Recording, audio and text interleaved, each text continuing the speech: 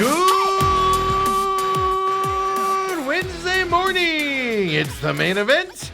I'm your humble host, Stephen McCollum, and you know him as 17-year NFL veteran, 3-time Super Bowl champion for your Dallas Cowboys, and folks, 3-time granddad, and now an official.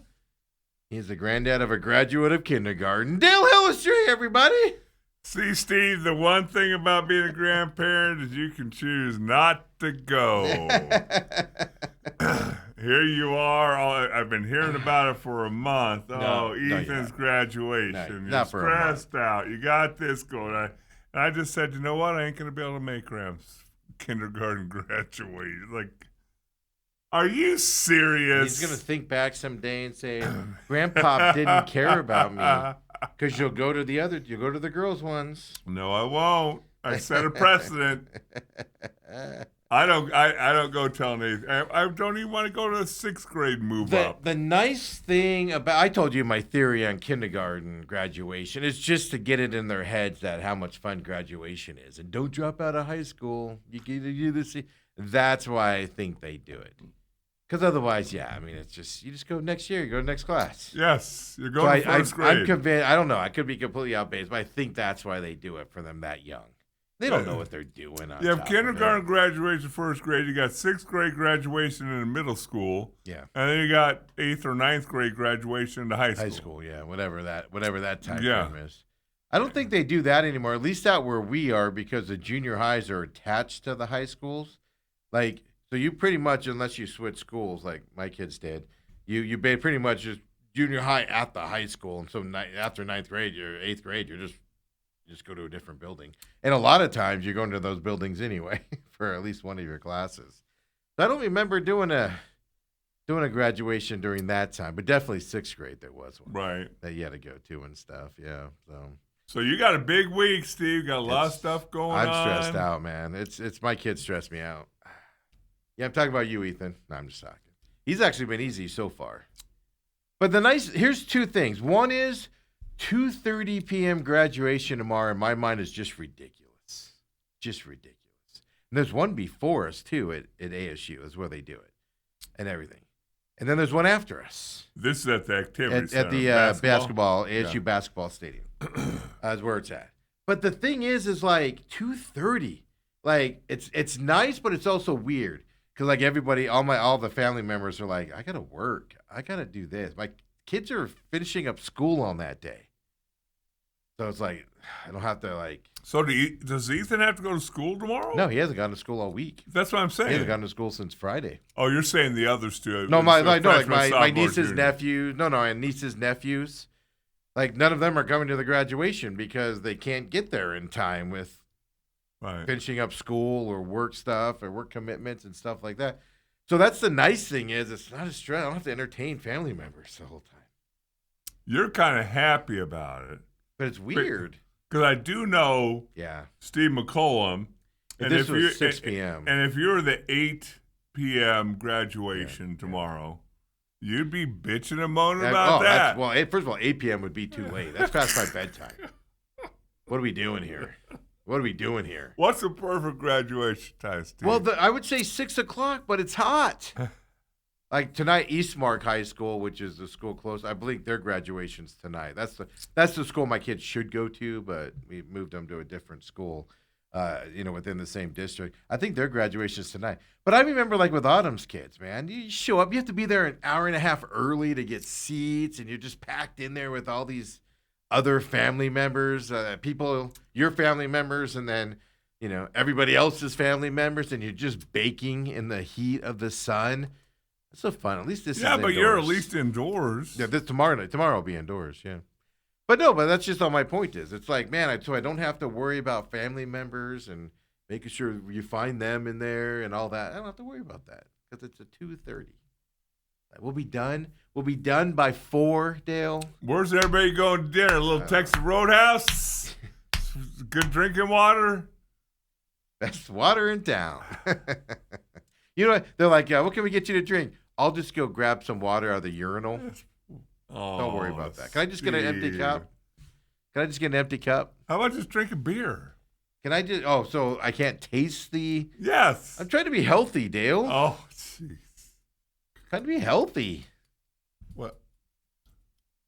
Look. You don't look like this by not drinking tons of soda. I was gonna get lemonade. Okay, I was gonna get lemonade. I wasn't gonna. Okay, I wasn't going to stop for breakfast this morning. Because literally, we finished this show, and then I got to get out of here. Because I have to, because of practice, Ethan can't bring my Ireland home and stuff like that. She's got an orthodontist appointment. So I'm like, all right, I'm not going to eat. I'm just going to eat my shakes I have in the fridge, whatever. I'm going to drink those. I'll be fine. And then I was like, you know what? I'm going to stop and get I haven't had Chick-fil-A for like a week, so I'm going to stop and get it, whatever. And then I'm like, I'm going to get a lemonade. But I bit my lip the other day, and I have a big cut on the inside of my lip. You know how bad those hurt, Dale? So I was like, I can't get lemonade. That'll hurt. You know what I probably did, Dale? I probably didn't bite my lip. That's probably from the Drano or whatever the solution was from the Texas Roadhouse. How's the Drano could get into your system without a little bit of an opening? So I couldn't get lemonade this morning. So I was like, I'll just get a Coke.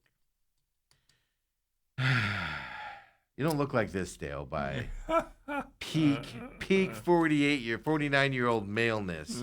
You don't look like this by not drinking soda. That always helps, doesn't it? Man. So anyway, I'm stressed out with that. Then I talked about it yesterday, but my daughter's business is going crazy right now with graduation flowers and stuff like that. So like, she's flipping out trying to get stuff done. She's got time frames with graduations and some other things, and she's flipping out on that. Not flipping out, but she's just getting stressed, which then brings stress into my life, and it's just like, whew, Dale, I think I visited every East Valley Hobby Lobby yesterday. And that's the only place you can get this. Oh, yeah, since Joann's. Is that a business? Yeah, Joann's closed.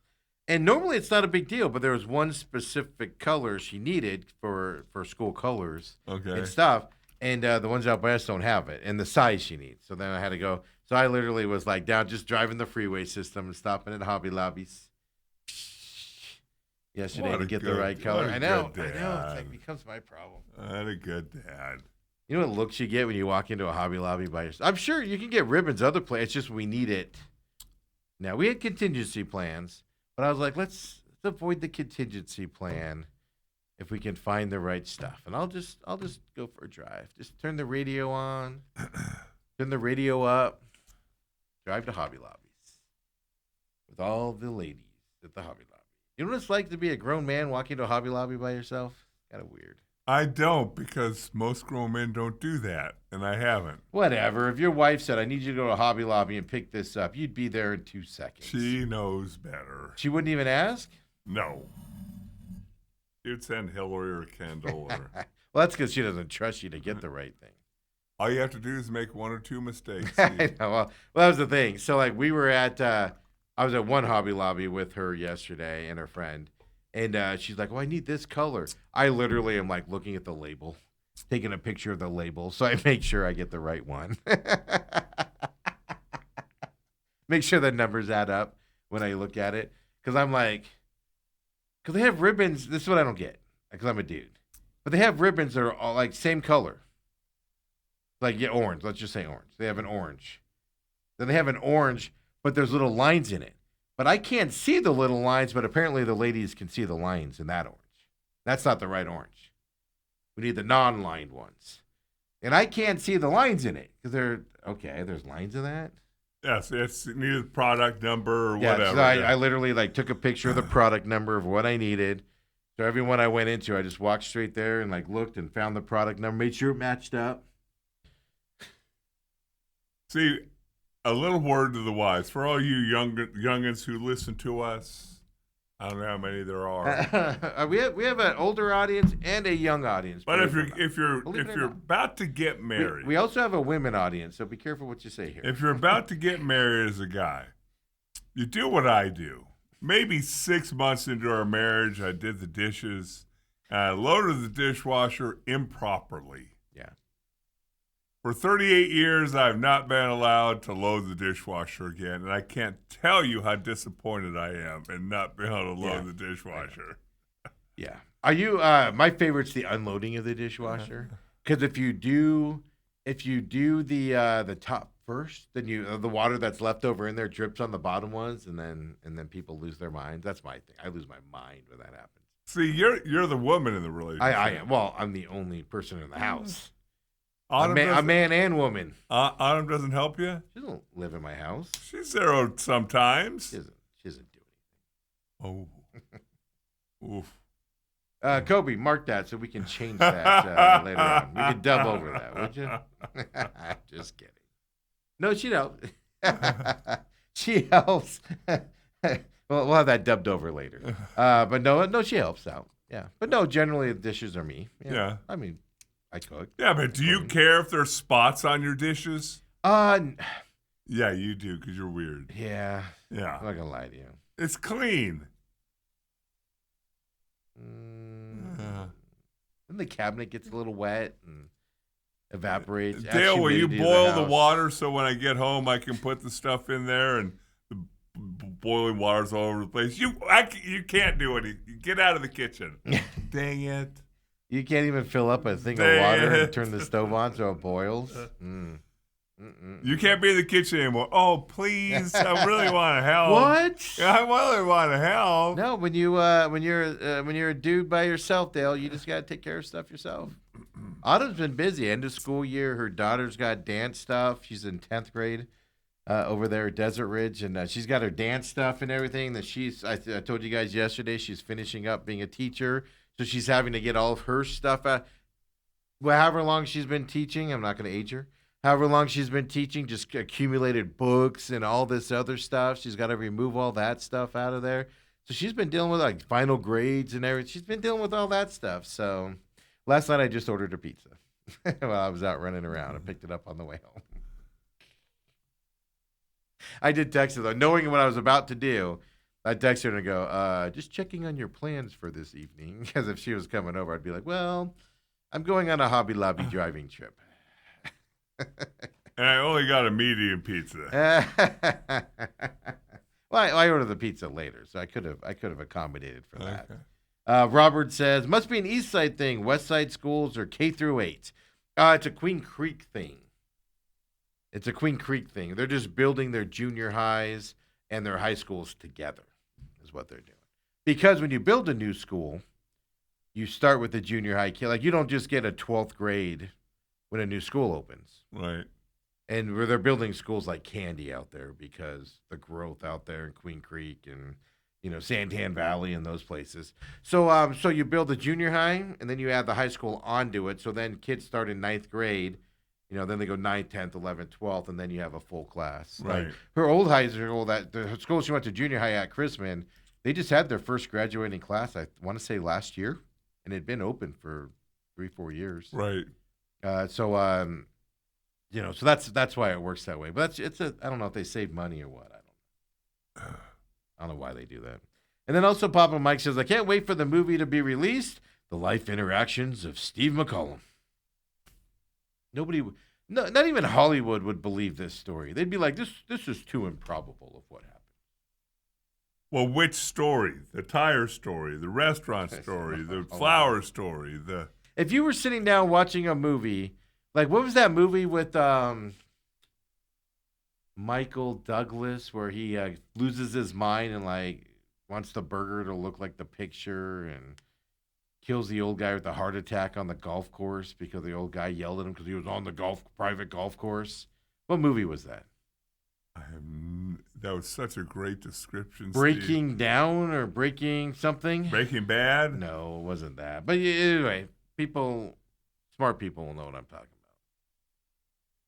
about. Dale, what's the name of that movie?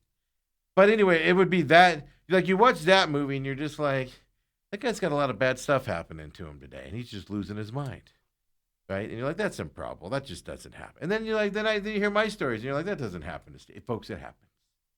But Dale, I was out in the wild yesterday. Nothing bad happened. Everybody was nice. All the Hobby Lobby people were nice. Yeah. They didn't say, look at this big oaf walking through here looking for ribbon. I I did learn something yesterday, though.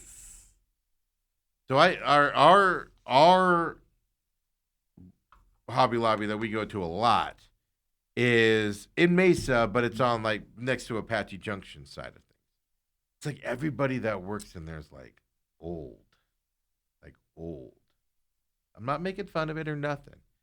All these other ones, I was like, there's young people in there working. I gotta move, man. I'm in an old part of town.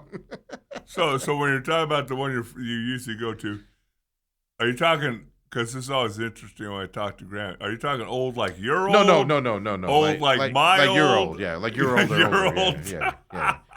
Like they would be my parent. Like they would be my mom's working there now or something like that. You know, like that old. Yeah. Okay. That 60s, 70s, 80s. Yeah. But like yesterday I'm going around, it's all like 40-year-old, women and young people. Like there was one, they were talking about how their friend that just worked there, I guess their last day was the day before because somebody was like, hey, what happened to so-and-so? And they're like, oh, they went on their Mormon mission. And they were all like 18, 19-year-old kids, like cashiers there. Oh. And I don't remember. I think that was the Chandler one.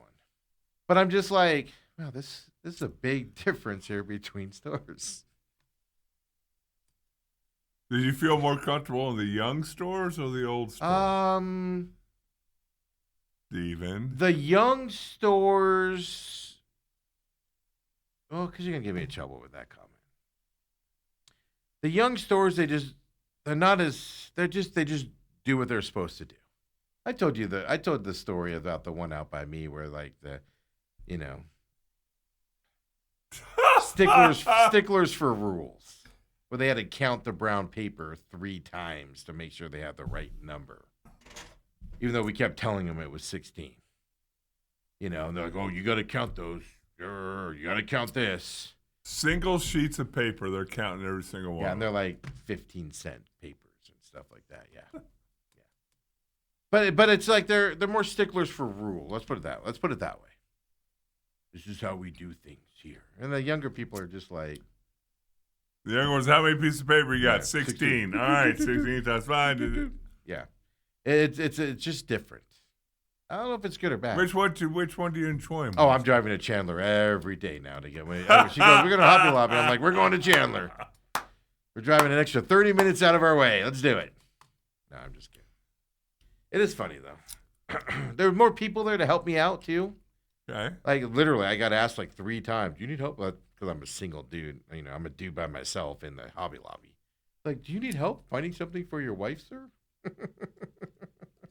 You're obviously not in here looking for things for yourself. You were obviously sent here, sir. Can we help you? That is one thing I will tell you, because I always hear people say guys are hesitant to ask for help or directions.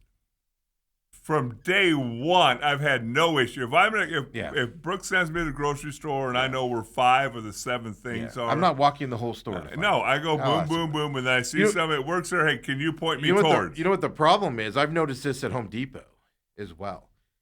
Like, people will talk to people that look like they're lost. I think the problem is they just go, oh, that guy knows what he wants. So they just ignore you. Oh, that guy knows what he's looking for. Right. But you go, I bought my daughter a sewing machine for Christmas a few years ago. And Autumn was with me on this.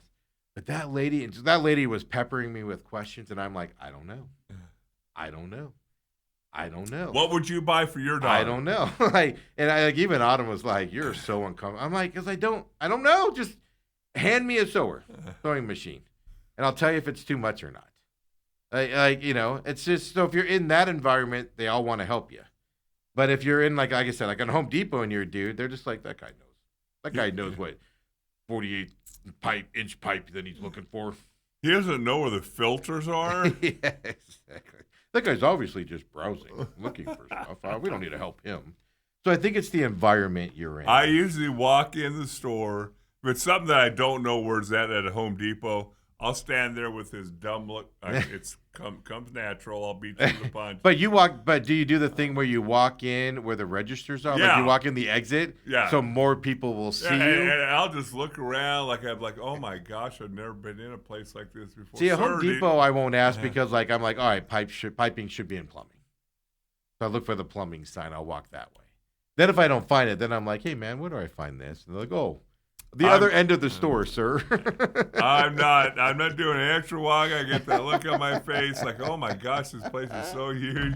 Sir, do you need some help? Oh, thank you, yes. And every Hobby Lobby is like laid out differently. So I'm like trying to find like the ribbons by the fabric section. So I'm trying to find the fabric section. And like one of them had like all these tall shelves, so I couldn't see anything. And I'm like, crap, I'm going to be the guy walking throughout this whole store trying to find the place. Such a good dad. I know. She goes, she texted me and she goes, I'm starving. When are you going to be home? And I'm like, I'm in Chandler. She goes, you didn't have to go to Chandler. And I'm like, I know, but I did. Because I love you. And then she goes, you're coming through for me. When's the food going to be here? Ethan says, Breaking Bad's a TV show, Dale. I've heard of that. Falling Down is the movie I was trying to think of with Michael Douglas. He kills people in that movie. Robs stuff and everything. You haven't done that yet, have you? No, I haven't broken that. No, because I also don't take that stuff that seriously. Like I said, my number one saying in life is don't beg people to take your money. So if you walk in, because he walks into a fast food restaurant and it's like 10:31. It's like my Barrows incident where I walked into Barrows. You guys remember this story? At 3:01, and they were taking the pizzas for the slices to the back. And I'm like, hey, can I grab a couple slices of pepperoni? Oh, we stopped that at 3.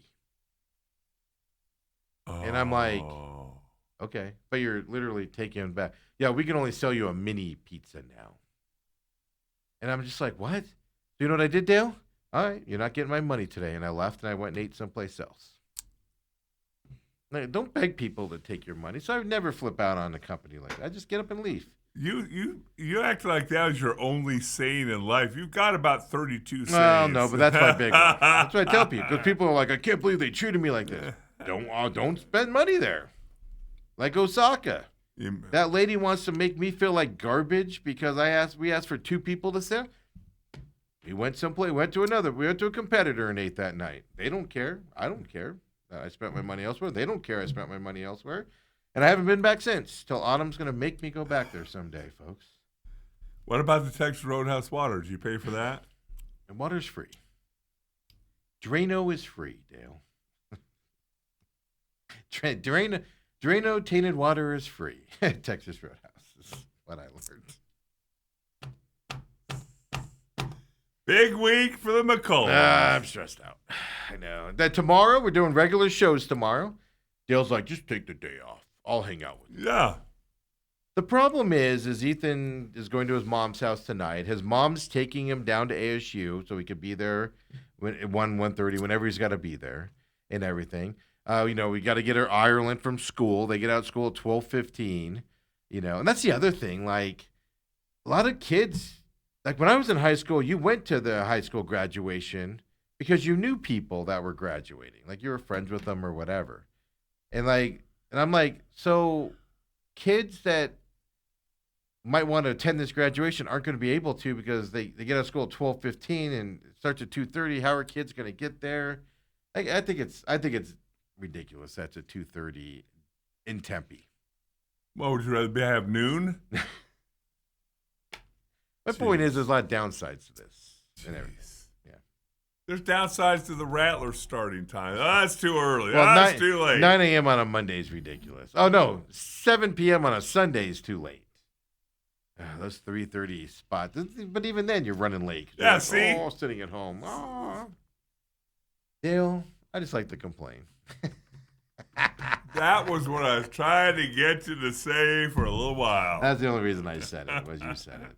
Papa Mike says, so now Ethan's the problem. What? Yeah. Haven't we made that clear on here? Wow. Just kidding. Ethan, you better be on time today. He's sitting home being lazy, living the after high school life this last week. And I'm like, you better be on time to practice today. He's like, well, last year a kid was late and they still let him down. I'm like, be on time. You're not doing anything. It's not that hard. You're not doing anything. Just get there. They're not having practice at 6 a.m. You got to be there at 1 o'clock. Jeez. Ethan goes, I have been the problem. I get a text last night. We're going to talk about a bunch of stuff, some high school stuff. Big news for ASU yesterday, what it could mean and what it means the program's doing. Then we're going to talk about, I'm sitting there last night and I fell asleep, Dale. You did. Driving around on the freeway systems and going to Hobby Lobbies and all of that stuff wore me out yesterday.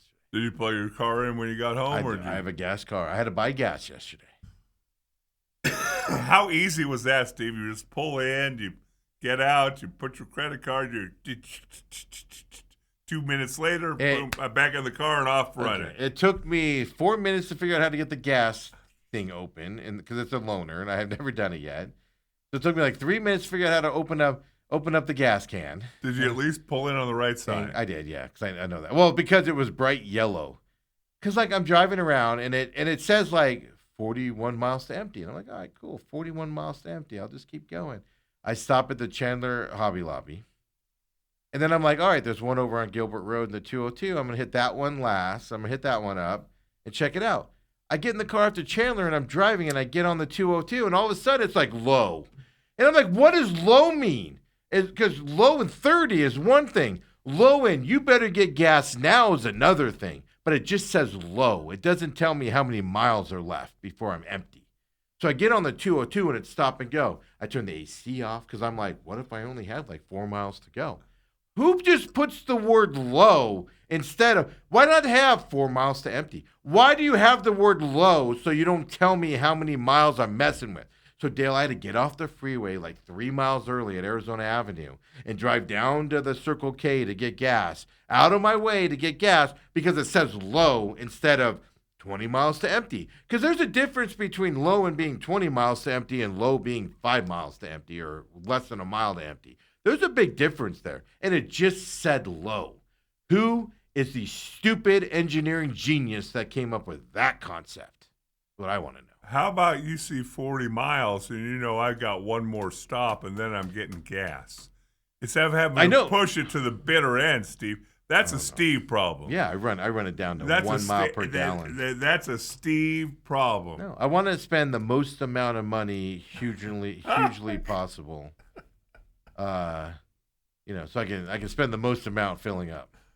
You are ridiculous. Then I had to go to a Circle K because I get 5 cents off with that stupid program they got when I used to have a gas car. That's not a stupid program. And then, it's only 5 cents. Like they make it sound like they're doing. Sometimes you get 40 cents, Steve. Well, that's true. They just raised the price, Dale, before they lower it 40 cents. Ridiculous. They're like, let's just raise it 40 cents, and then we'll lower it 40 cents. And then I used to have that Upside app, so I actually had to figure out my login to that Upside app. By the way, they have like $40 of my money. I didn't realize I need to withdraw from them. So then I used the Upside, so I got I got 14 cents off. On top of it at Circle K, I feel like $1 million, and I still spent $60 on 13-gallon tank filling up yesterday. I haven't heard from the dealership either. That tells me they're like, we better call Chevy on what's going on with this thing. Papa Mike says, usually the warning goes off when you have 2 gallons remaining.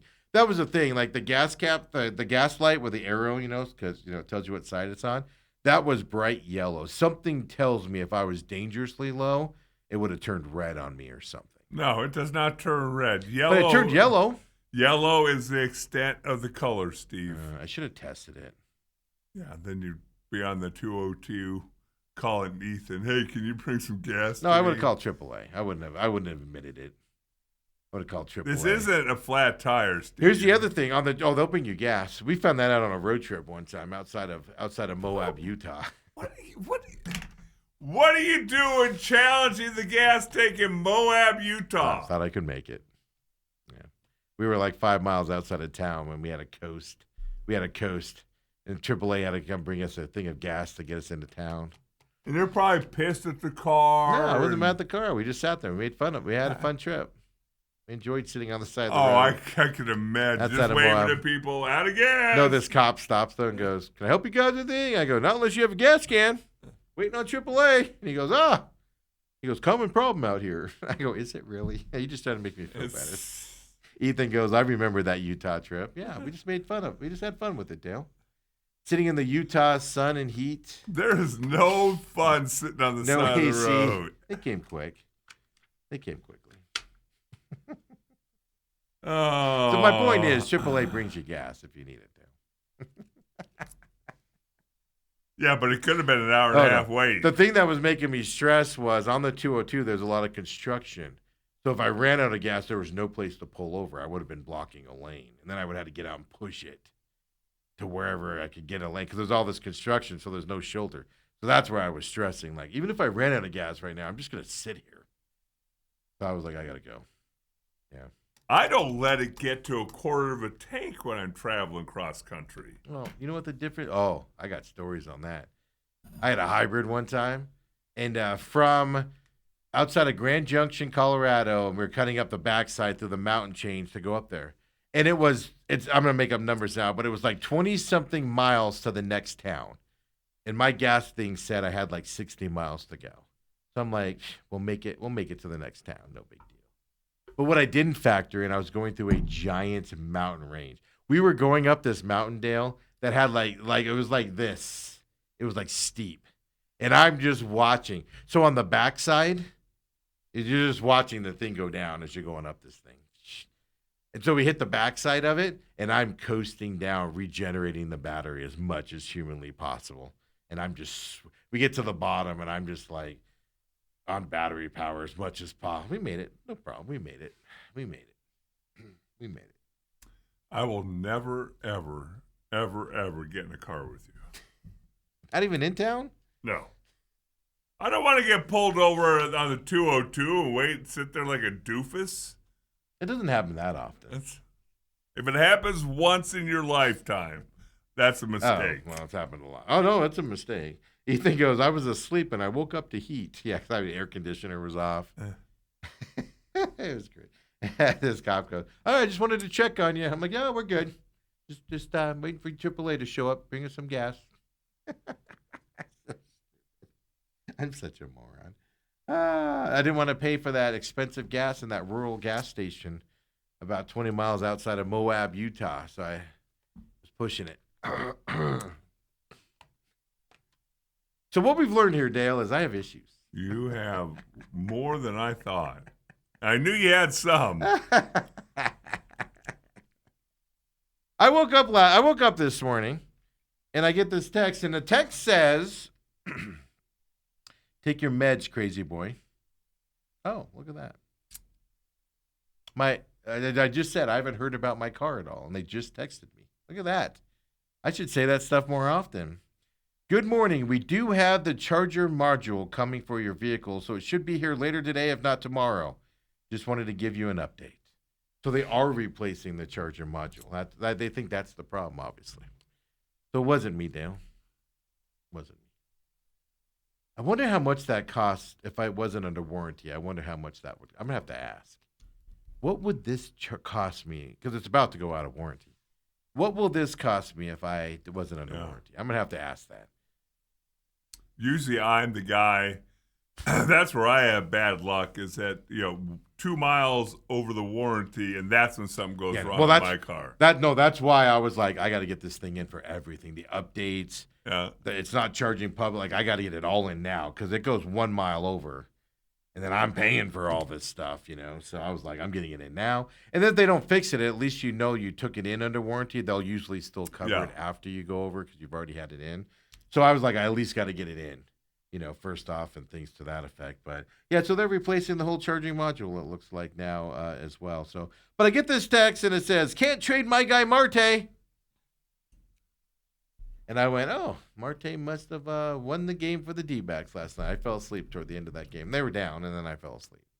You've been calling for that for 2 years. Yeah, but you can't trade him now. He's got those, 10-7 rights or whatever they're called. 10-5 rights. Yeah, he ain't going anywhere. Yeah, I like how cocky he was after he hit that home run, too. Flips the hat. Showboating around the band. I'm like, wow. Finally had a timely hit there, buddy. I guess celebrate like you are. What a win. It was fantastic. I went back and watched some of it this morning that I missed there at the end, and I saw that whole last inning in the setup. So that was kind of fun. Yes. Nice to see the comeback there. NHL underway tonight. Vegas and Colorado start tonight. Tomorrow night's Montreal, Carolina. We'll talk about that. Another great NBA game last night. Another overtime game. Isn't that interesting? Fantastic game. Yeah. And then same situation with the Thunder. Question that I have. Was it so close like that because the Knicks were just a little rusty from sitting for so long? Or do we think this series? So we'll talk about that coming up as well here on the program. So come on back. The main event. Marte. Wednesday edition.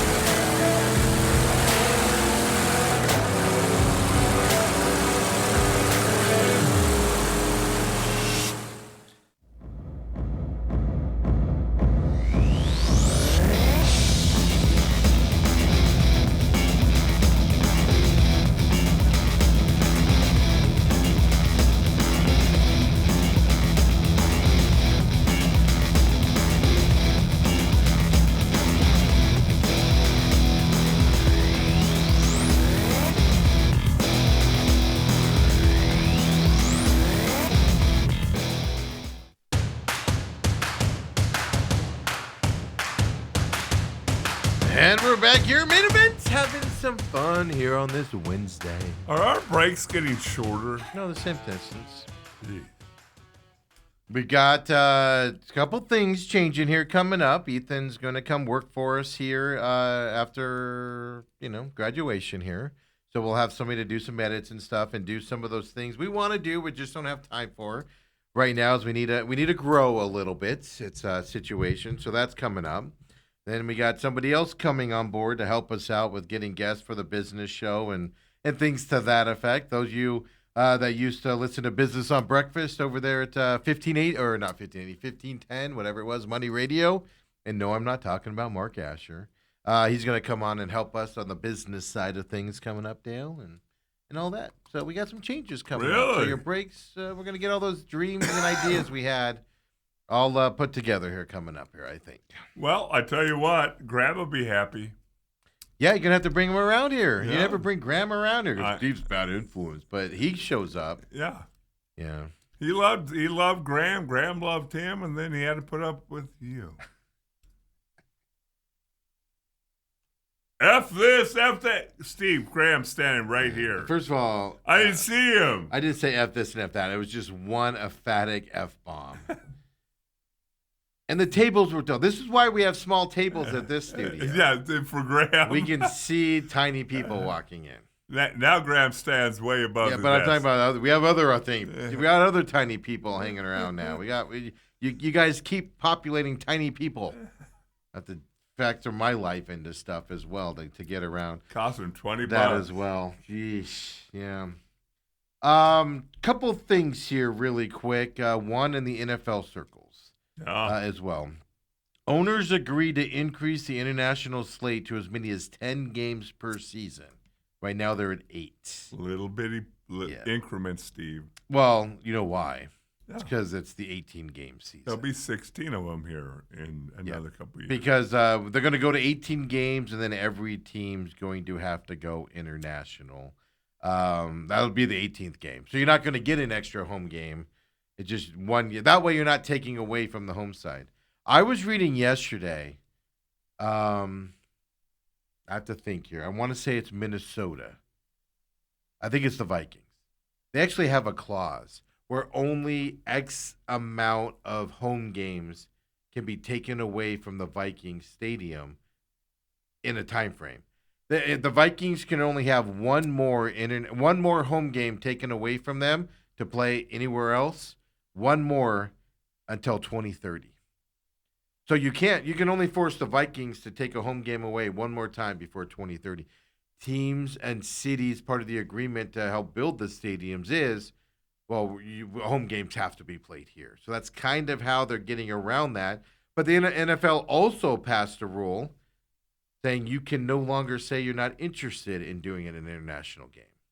The NFL can just say you're doing an international game. Right. And you can't argue it anymore. Jerry Jones doesn't have international games because Jerry Jones says, I don't want any international games. And the NFL goes, all righty, Jerry.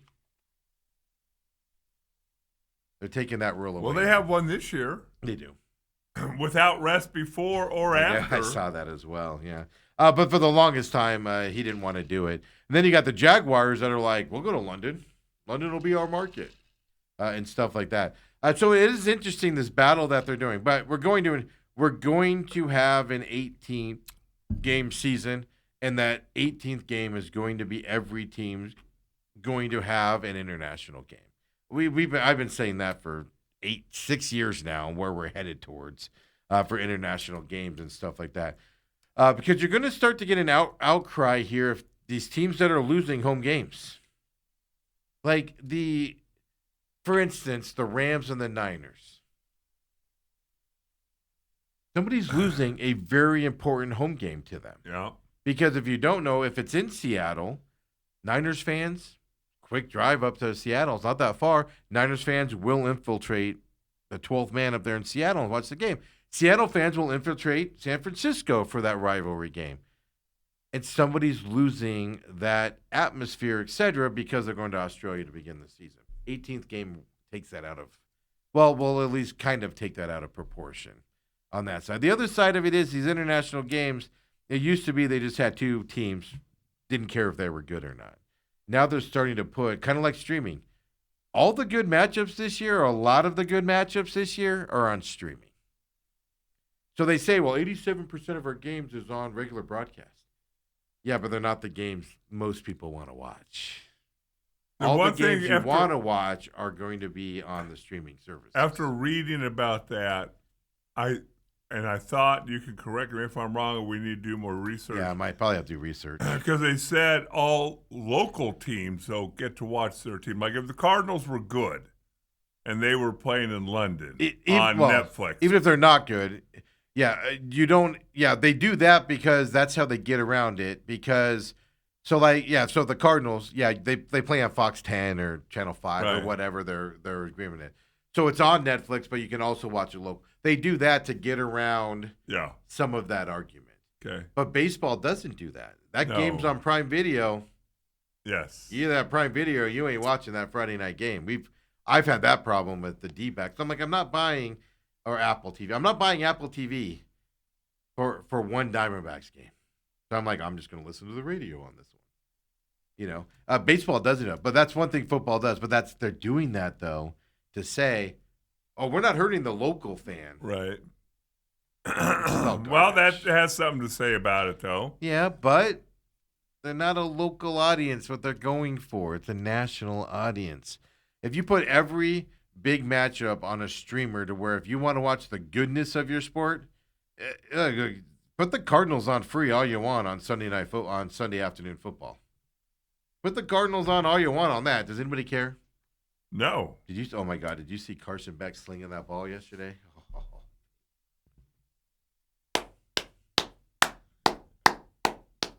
Was this a fully padded practice or Super Bowl coming the Cardinals' way? Carson Beck's leading them, baby. He was hitting those receivers. Wow. I also saw a thing yesterday as well. The Nashville area, because they're getting the Super Bowl, whatever, 2030. On 2030. Nashville right now has about 62,000 hotel rooms. And I haven't been to Nashville since I got out of the corporate world.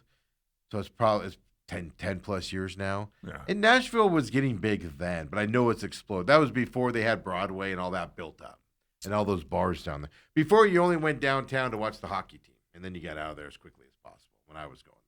I know because I'd go to the hockey team. I'd go to the Predators when I was in town if they were there and everything. But they have 62,000 hotel rooms. They're growing to 80,000 by 2030 for that Super Bowl. That's crazy. Like, because I was there, 2 years ago? Yeah, you went up there. Well, obviously, they're going to be doing some stuff outside of Nashville proper because it's crazy downtown. Yeah, I haven't been down to all that new buildup and all that. I saw it obviously when the draft was there a few years ago, but I haven't seen it since all those bars opened and stuff. I haven't been there. That was all just starting to happen. You went down there for Vanderbilt and then the Predators game.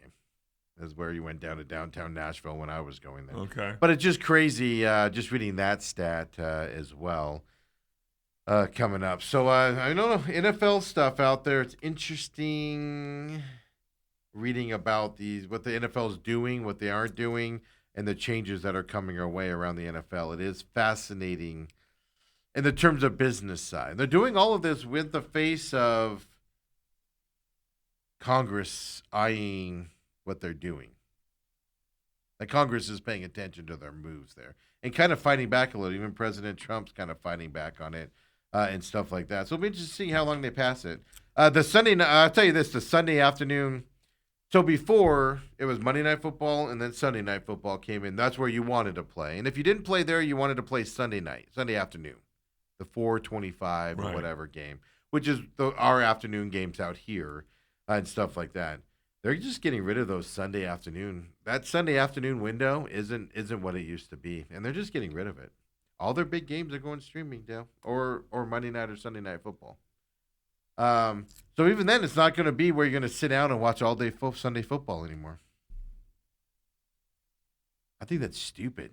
Why not just dominate a day? Why do you have to dominate every day? Well, see, this will give you no excuse but to get out there and cut your lawn and make sure the house is clean. And us dudes are gonna have to actually do stuff around the house on Sundays because the NFL is like, well, there's a game on Monday, Tuesday, Wednesday, Thursday, Friday, Saturday, and Sunday morning. So Sunday afternoon, guys, get your honeydew list on. Thanks, NFL. Hanging blinds on Sunday now and mopping the floor. Going to Hobby Lobby every Sunday now and all that stuff. All because the NFL has to move their games to the week. Bunch of greedy sons of guns. Wow. 20 years ago, 96% of games took place in the Sunday afternoon, Sunday night, and Monday night time slots. 20 years ago. Yeah. Next season, 85% of all games are in that. It's in that window. So that means all that's going to be in that late window are the West Coast games. West Coast games. Then, not the marquee matchups. No, because they'll move the Rams, Seahawks to Sunday night football. Yeah. So you're not even going to get those matchups. You're going to get Cardinals and whoever they play at home. Cardinals Jets will be your lone Sunday afternoon game. Cardinals Raiders. Game of the week. Fox NFL Game of the Week. That's kicking up at 10 o'clock. Wow.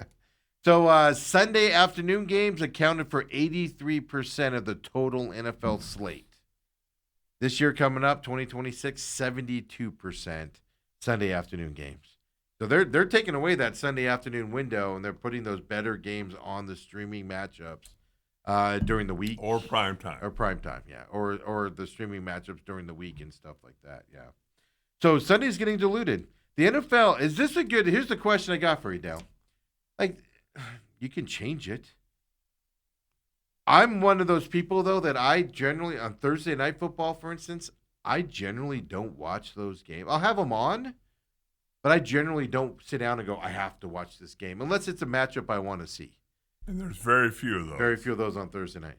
And usually Thursday night to me it's a crappy game. It's sloppy. Mm-hmm. The players aren't playing right. It's penalties galore because they still haven't recovered from Sunday yet, etc. So I don't find it the best football out there. I actually hate it. Now we're going to get Wednesday, right? Wednesday nights, Friday after Thursday Thanksgiving game and stuff like that. And then you're taking away that Sunday winning. Like, I'm joking around going, now guys are going to have to do all their honey-do lists on Sunday afternoons now. But you're taking what you're known for, spreading it out through the week. I don't know if that's the smartest business decision. No. Because I'm not going to lie to you. During the school year, right, you got high school football activities. You got kids in school. You've got all that stuff. You have work stuff during the week you have to take care of. Yeah. You might not get home till 7 p.m., but the kickoff's at 5 p.m. on a Wednesday. But you can't tune in because you have to work late that night. Your boss is a slave driver. You have a big report due the next day. Your TPS report's due the next day. You have to take customers out to a dinner thing or whatever. I just don't know if that's the smartest business decision, but the streamers are paying them to do it. That's the other side of it right now. But in the long run, are you just hurting it? Wow. Are you hurting the product? And I think there comes a point of oversaturation. And I guess they're going to challenge and push. That's the other thing. One reason I don't like the other reason I don't like it's too much football for me. Yeah. It's too much football for me. Well, you used to have Monday night used to be the marquee. And then you'd have the rest of the week to bitch and moan about a loss or be giddy about a win and talk about the win and then talk about the next week's game. Like, I used to love, Maction at football in college, but now it's like Tuesday that kicks off. I barely watch it anymore. Right. Because Tuesday, I'm like, I need a break from football on a Tuesday. I need to get caught up with my other stuff in my life I got to do. So I barely watch it anymore. And I used to love watching because I used to play on Friday nights. Thursday nights and Friday night. I used to love it. And then the Tuesdays, I'm like, who wants to watch this on a Tuesday? So I don't know. It's an interesting thought here in terms of the long side. But like I said, right now the streamers are paying for it, but how long will that continue if you see things dilate and stuff like that? Because we all know how the fall is, man. You know, with life and everything. It's their busiest time frame. I don't know. I just feel like they're going to dilute it over time and ruin the numbers. Although it's interesting, I just pulled up the Thursday night football schedule. Yes. No, they're making those games better because it's on Amazon Prime now. Lions Bills open up. Yeah.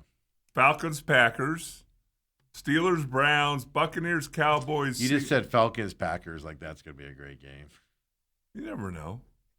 Buccaneers Cowboys. Seahawks, Broncos. Yeah. No, no. Remember that first year with Amazon? Amazon went to him and was like, "Yo, this ain't good enough." No. So no, those are getting good now, but traditionally they've been bad matchup. Remember when they were like every team has to play a Thursday night game? So that's where you're ending up with like Carolina when they were 1-whatever against the Cardinals, and you're like, "Who's watching that Thursday night game?" Yeah, it's actually a pretty good schedule. Yeah. You know, but that's fine. Thursday night we've gotten accustomed to, but you know, if you make a Tuesday and a Wednesday customary, it's to me it's like too much. Well, isn't the Wednesday only on Thanksgiving or Christmas? Well, opening game is a Wednesday, and then the Thanksgiving. Well, that's the Steve McCollum rule. You're the one who got up on your high horse and started yelling and screaming about that because you were mad at baseball opening days in Japan. What, does football call itself America's pastime, or is that just baseball? No, the NFL's called America's game. Oh. So you open up in America, Steve. They're opening up in Seattle. Right, on a Wednesday. Yeah. And that's fine. Yeah, except for Thursday, they go to Australia. They're taking one of our best rivalries. One of our best rivalries right now, and they're sending it to Australia, and they're putting it on Netflix, so people won't be able to watch it. Well, you will. Do you care about anybody else? I'm looking forward to that game. That's going to be a fun Have a party at your house for all those people who can't afford Netflix. Just open up the house. Dale, I can't even get you to come to my house. You think other people want to come there? What would you serve? What would you serve for a Thursday night? You know what? You'll never know because you refuse to come over. I'll go to Holmberg's place for a meaningless Steelers game. If you entice me, I might make it out. I'll go to Holmberg's house for a meaningless Steelers game. I could go there on a Thursday night, watch the game, and then come back here and sleep and be ready for Friday morning. Exactly, right? I know it's funny because somebody was like, "Hey, I got this couch. You know, do you want it? You can put it in your studio." Then I was like, "I'll do it." If I do that, I'm just going to go back there and take a nap after the thing. I'll wake up at 4 p.m. and be like, I got to go home. I'm just going to sit down on this couch for about 10 minutes. 3 hours later. Because you know if you get all the way down on the ground, you ain't getting up. No, that's what saves me right now. I'm like, I got to go. I'm tired. Yeah. I got to get home. It's kind of funny. But I don't know. It's an interesting, it's not going to affect ratings. We're projecting this out 5-10 years. Because even then, like kids, who's your future of watchers of football and stuff like that. Think about if you have kids in high school, kids in junior high, stuff to that effect. They're already watching less sports overall. And then, like I said, Tuesday, Wednesdays, they have their own activities they're doing. Fall sports, all of that stuff. And you throw those games on that night, less kids are going to be able to watch you for future stuff. I don't know. I get it. Streamers are paying a lot of money right now, but I'm projecting out 10, 15 years from now where it's just going to be noise. One of the problems I have with baseball is too many games. Nobody sits down. Does anybody sit down and watch all 162 ball games? You miss a few of them. Like last night, I fell asleep. Diamondbacks were losing, and I was like, and I laid down and fell asleep. Stuff like that. I don't do that too often with football because it's like, I got to watch this game. There's only 10 of them. Got to finish watching this, see what happens at the end. Baseball is like, I can miss tonight. It's no big deal. I can miss this. It's no big deal. I got this event on a Thursday night, so I'm not going to be able to watch the game, or I can record it or whatever, watch it later, type of a thing. You want to be background noise when you only have 18 games in a season? I'm not too sure that's going to work well. Over time is what I'm getting at. But what do I know? They're only several $billion-dollar entity. What do I know, Dale? Well, I do agree with you cannot have football every night of the week. I think it's too much. Yes. I think I've learned that with college football. I told you, Maction. I don't watch it as much as I used to. I don't watch as much college games during the week like I used to. Because it's like, man, Tuesday, I need a break. I need to do this other stuff. I don't have time to sit there and watch this. There's something to say about anticipation. Exactly. And if you can't sit around, I'll even say this. If you can't sit around all week and complain about last Sunday, why even live? And now you're going to be like, well, that was last night's game. We have to talk about this game now. No, let me complain about Sunday's action for all week. That's where you build up the anticipation for the next week. And if you just move on from that game and go into the next game, you lose all that stuff. And then it just becomes a lot. I don't know. It's just something I was thinking about last night. You guys are probably bored with it. Sorry I bored everybody.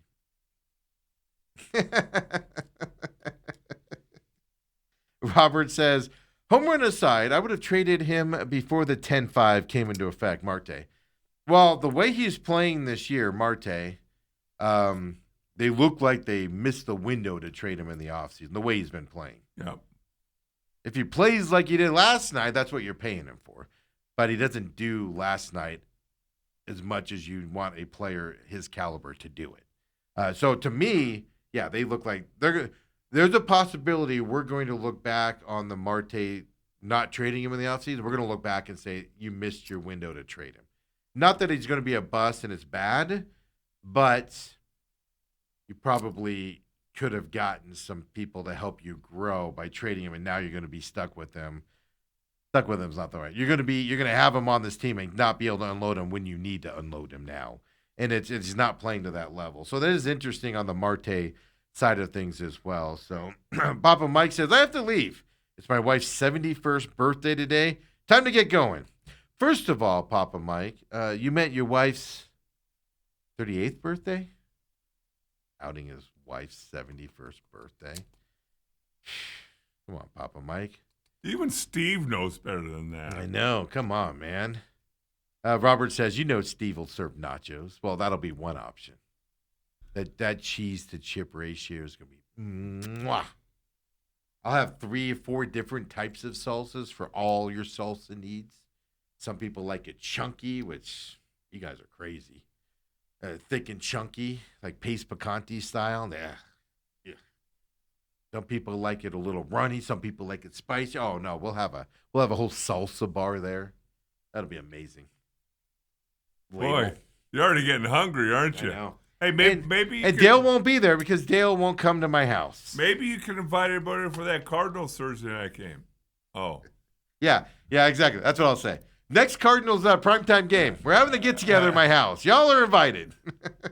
Round them up. The problem with saying that, like 2029, somebody's going to be like, hey, the Cardinals have a primetime game. Are we doing it at your house? You said back in 2026. Ann says, my son does a lot of recapping the next morning. We struggled the other day trying to pick between hockey playoffs, basketball playoffs, and baseball. That's the other side of it, right? It's just you got baseball playoffs. Then you can put football on that side of it, beginning of the NBA season. You got NBA Cup. I mean, come on, folks. Decisions are going to have to be made. Wow. Ann says, the change in our watching habits will be interesting with my son playing high school football next year. Yeah. And that's my point. The fall is the busiest time. And it's been a while since I've been in high school and played sports in high school. But when I was in high school, man, I was busy. I was at practice till 6, 7. Yeah, so when you were in high school, there was just Sunday games and a Monday night game. That's what I'm getting at. So you're losing. How many of the audience you need to capture younger are you going to lose because they can't watch your games and you're taking all the good games out of it? It's going to be interesting to see. And then you got the parents having to drive them around everywhere and all the parents' obligations and stuff like that. The ratings aren't going to get hurt now. I'm just saying, as you project this out, you're basically telling a generation of people, we don't care about you. It's like, we're all going to die off, Dale. And then our kids and our grandkids are going to be like, I didn't watch football growing up. I didn't have time on a Wednesday night to watch it. I had hockey practice or football practice or basketball practice. It's going to be interesting. That's all my point was on that. Dale, when we come back, second hour, ASU's done something, folks. This is something to pay attention to. ASU's done something. Cardinals have more issues. Marte for president. Jason Kidd acts. Oh, can you believe that? $40 million. Multiple years, $40 million left on that deal. What are the Mavericks? I know what the Mavericks ownership's doing. I'll fill you in on what they're doing as well. They bought a team thinking they were going to get something, and it ain't happening, and now they don't know what to do with this team. I'll tell you about that coming up as well. So, folks, come on back. We got a lot to talk about. Second hour main event coming up next.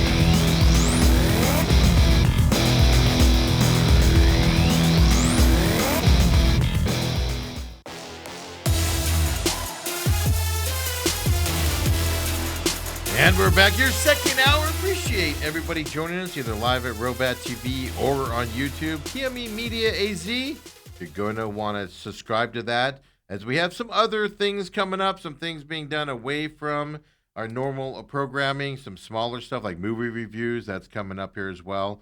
As I said, changing some formats on things and stuff like that. So you're going to want to subscribe there if you're interested in what we have out there, and it'll all be there, and then on demand, of course, over at Rumble, along with the Real Matrix. This week, Dale, Real Matrix is going to be on data centers out there. A lot of questions around them. A lot of people don't understand them. I don't understand them other than why does my electric bill keep going up and data centers are paying for it? Okay, then why am I still paying more for it as well? My biggest pet peeve, if you follow me at McCollum on Business and stuff to that effect. Data centers this Friday. Real Matrix, they're on Rumble, rumble.com/user/TME Media. All of our programming's on demand over there as well. Follow TME Media AZ as well. On X, that's our parent company, kind of tells you what we're doing around here, stuff like that. Programming note, the pit stop because of the graduation. Well, we're going to do the pit stop. Coca-Cola 600 this weekend. Indy 500 this weekend. Big racing weekend. Pit stop will be up on Friday this week because of the graduation schedule. We're just not going to be able to get that recorded until Friday. So be ready for that on Friday. Get you ready for this big racing weekend coming up here as well. And we appreciate your guys' patience on that being a little delayed this week. Everybody was like, just skip this week. It's no big deal. Nobody will care. And I'm like, it's Indy 500 and Coca-Cola. What are you talking about? This is the big racing weekend. We got to do a show. I want to do a show. I want to be ready for it. Can you tell me a reason why you would have two huge races on the same weekend? Two different entities. But why go head to head? They don't. One's in the morning and one's at night. Haven't in the past some drivers raced in both? Yeah, Catherine Legg is going to try to race in both again. It doesn't happen very often and stuff like that. Generally, you can't unless there's weather in Indianapolis. Then you struggle to do both of them. It's just it's like the NBA and the NHL having a game on the same night at the same time. Two different racing entities. It's Memorial Day weekend. Well, the other side of it is the Indy 500 used to be on a Monday when I was a kid. It was standalone on Monday. Right. And then the Coca-Cola 600 would have been it's a flagship race for NASCAR, was on Sunday. And then IndyCar moved to Sunday. But that starts at like 9 a.m. our time, the Indy 500. The Coca-Cola 600 is not till the afternoon. So in terms of a race fan, but that's two separate disciplines. Am I saying this right to you? Yeah, I guess so. So even if you're trying to race in both of them, you favor one over the other. It just seems like Kyle Larson last year tried to race in the Indianapolis 500. But NASCAR's his bread and butter. It just seems like that'd be like playing the Super Bowl and Game 7 of the World Series on the same weekend. But if one was in the morning and one was at night, would it matter? You'd think it was a great day. If they're at the same time, you'd complain about it. But if the Super Bowl was played at 9 a.m. because they're doing it in London, because they don't care about American anymore. The Super Bowl's in London, so it's played at 6 a.m. our time. And then Game 7 of the World Series, just throwing it out there. Game 7 of the World Series is at 3:30 p.m. You're going to think that's one hell of a sports day, Dale, as a fan. Aren't you? 6 a.m. the Super Bowl. Yeah, because it's in London. Steve. Or Madrid. That's coming, folks. There's going to be a Super Bowl played. Not in our lifetime. Oh, bull crap. In the next 10 years. No. There's going to be a Super Bowl announced overseas. Put money on it now. I got dinner at Steak 44. Is one of us going to be around in 10 years? Well, if we're both around. Yeah, we'll do that. You can put it on my tombstone if you're still hobbling around. You still owe me. But ASU, man, this is exciting news. Not who knows what's going to happen. Obviously, you recruit somebody, you don't know what they're going to do. Once they get to college, stuff like that, with the transfer portal, everything like that. But, and we talk about this a lot, Kenny Dillingham, we've talked about how the receivers are coming here a lot of times, not just because of, I'm going to say just because of, but I mean, there's other reasons, but they're coming here because they have a Hall of Fame receiver coach that's well respected, and he's putting kids in the pros, meaning Hines Ward. Right. Then you had Kenny Dillingham on top of it, wanting specific kids here, going after them and stuff like that. They're doing something special to get here. And ASU does not keep their own here. They haven't for a long time. The top-ranked kids, Roy Oliver the third from Hamilton, already committed to SC. Well, Devin Fitzgerald last year, Notre Dame. Yeah, exactly. Top-level kids, just look elsewhere. Some of that has to do with they want to spread their wings and get away from home and their parents, whatever. I get that. But you don't keep your kids here. They go to these other programs. Now, you're an offensive lineman. You were an offensive lineman for a lot of years. You understand that position better than most people do out there. But when you get the number one kid in the state to stay home at Arizona State, and then on top of it, he's a lineman, it's fantastic for ASU. Forget about the kid himself. That is just symbolically saying what this coaching staff at ASU is doing there to keep a kid like. Traditionally, this kid's going to Auburn, Georgia. Name another SEC school. He's recruited by A&M. Yeah, going to Texas. Yeah, Oregon. He was recruited by Texas A&M and Oregon. Yeah. You're losing those kids to there. Oregon has a pipeline in the valley. It seems like everybody's going to Oregon these days. For them to get him to stay here just symbolizes what these guys are doing. And reading a little bit about Hildebrand, I saw him play last year. Stood out, looked really good. Big and dude. Tall. He's a tall dude. He's 300 pounds, but he doesn't look it. No, he looks like he can put about another 25 pounds on that frame of his. He's going to get bigger. Good feet, good hands. And the interesting thing about him, ASU offered him a year and a half ago. Yes. His first offer was from ASU. He got one of those, what do they call them, golden tickets or whatever. Yeah, whatever they're called. Yeah. Basically, come here if you want. You don't even have to tell us you're coming here. Just say you're coming. Well, you're here. Right. One of those kids. But I heard him interviewed, talked about, hey, trying to start a new tradition and all. And as a guy who went out of state, I fully understand kids wanting to go out of state. You're born and raised here. You've been in the heat. You've been all that stuff. And that's why half the people I graduated with in high school went to U of A for college or NAU. Because they wanted to get away from everything here. And they wanted to go experience someplace. They wanted to go far, but they didn't want to go that far. And that was U of A. And I understand that. Yeah, you drive 2 hours to Tucson, and you're up in NAU, 3 hours north in NAU. I understand that side of it. That's why this is important. But like you said, he flat out said, he said his family, as ASU alums as well. He grew up around ASU football. He's always felt like he should be a Sun Devil. But that's all fine and good. You also have to be good to keep these kids here. Right. Most kids aren't Terrell Suggs or Todd Heap. That even if you're bad, they're like, I'm still going to ASU. Most kids are like, no, they're bad. I'm going to go someplace else and play. Right. And make it. But like you said, that's the other thing that impresses me about this kid. I want to start this trend moving forward. Top guy wanted to be the first guy to say, ASU's good enough for me to come to. I can go anywhere I want, and I'm staying home. Look around to his competitors and everybody and say, you should stay home also. Come play with me here. I think that's the greatest thing ever. And that's a testament to not just him, but to this coaching staff and the ASU program, led by, of course, their athletic director as well, Graham Rossini. This program behind the scenes for us, right, with the injury, and they're doing it the right way. And this is just another example of it. I don't know how you can look at this any other way. Yeah, this kid's 300 pounds, folks, and look at him. I know a lot of you look at me and go, what's Steve weigh, 112, 115 right now? I know you guys think that. This kid's the same way. He's 300. He's not big yet, folks. And you're right, Dale. I didn't see Basha in person last year. Yeah. And what's he, 2027? So he's got a senior year to go, right? Yes. But I agree with you. I saw Basha on television, and you knew which kid this was. Yes. By the way, and Basha didn't have a bunch of small kids out there. Like I was telling you last year, there's some schools where they come in and you see their lineman and you're like, oh, that's a D1 kid. Right. That's just standing there, you're like, that's a D1 kid. I've always said you should not have to point out a D1 kid to me when I walk out to do a game. Now, Bash happened to have about 5 of them. That's the thing. That's what I'm trying to say. He stood out in a team that was full of D1 kids, and he stood out. Yeah.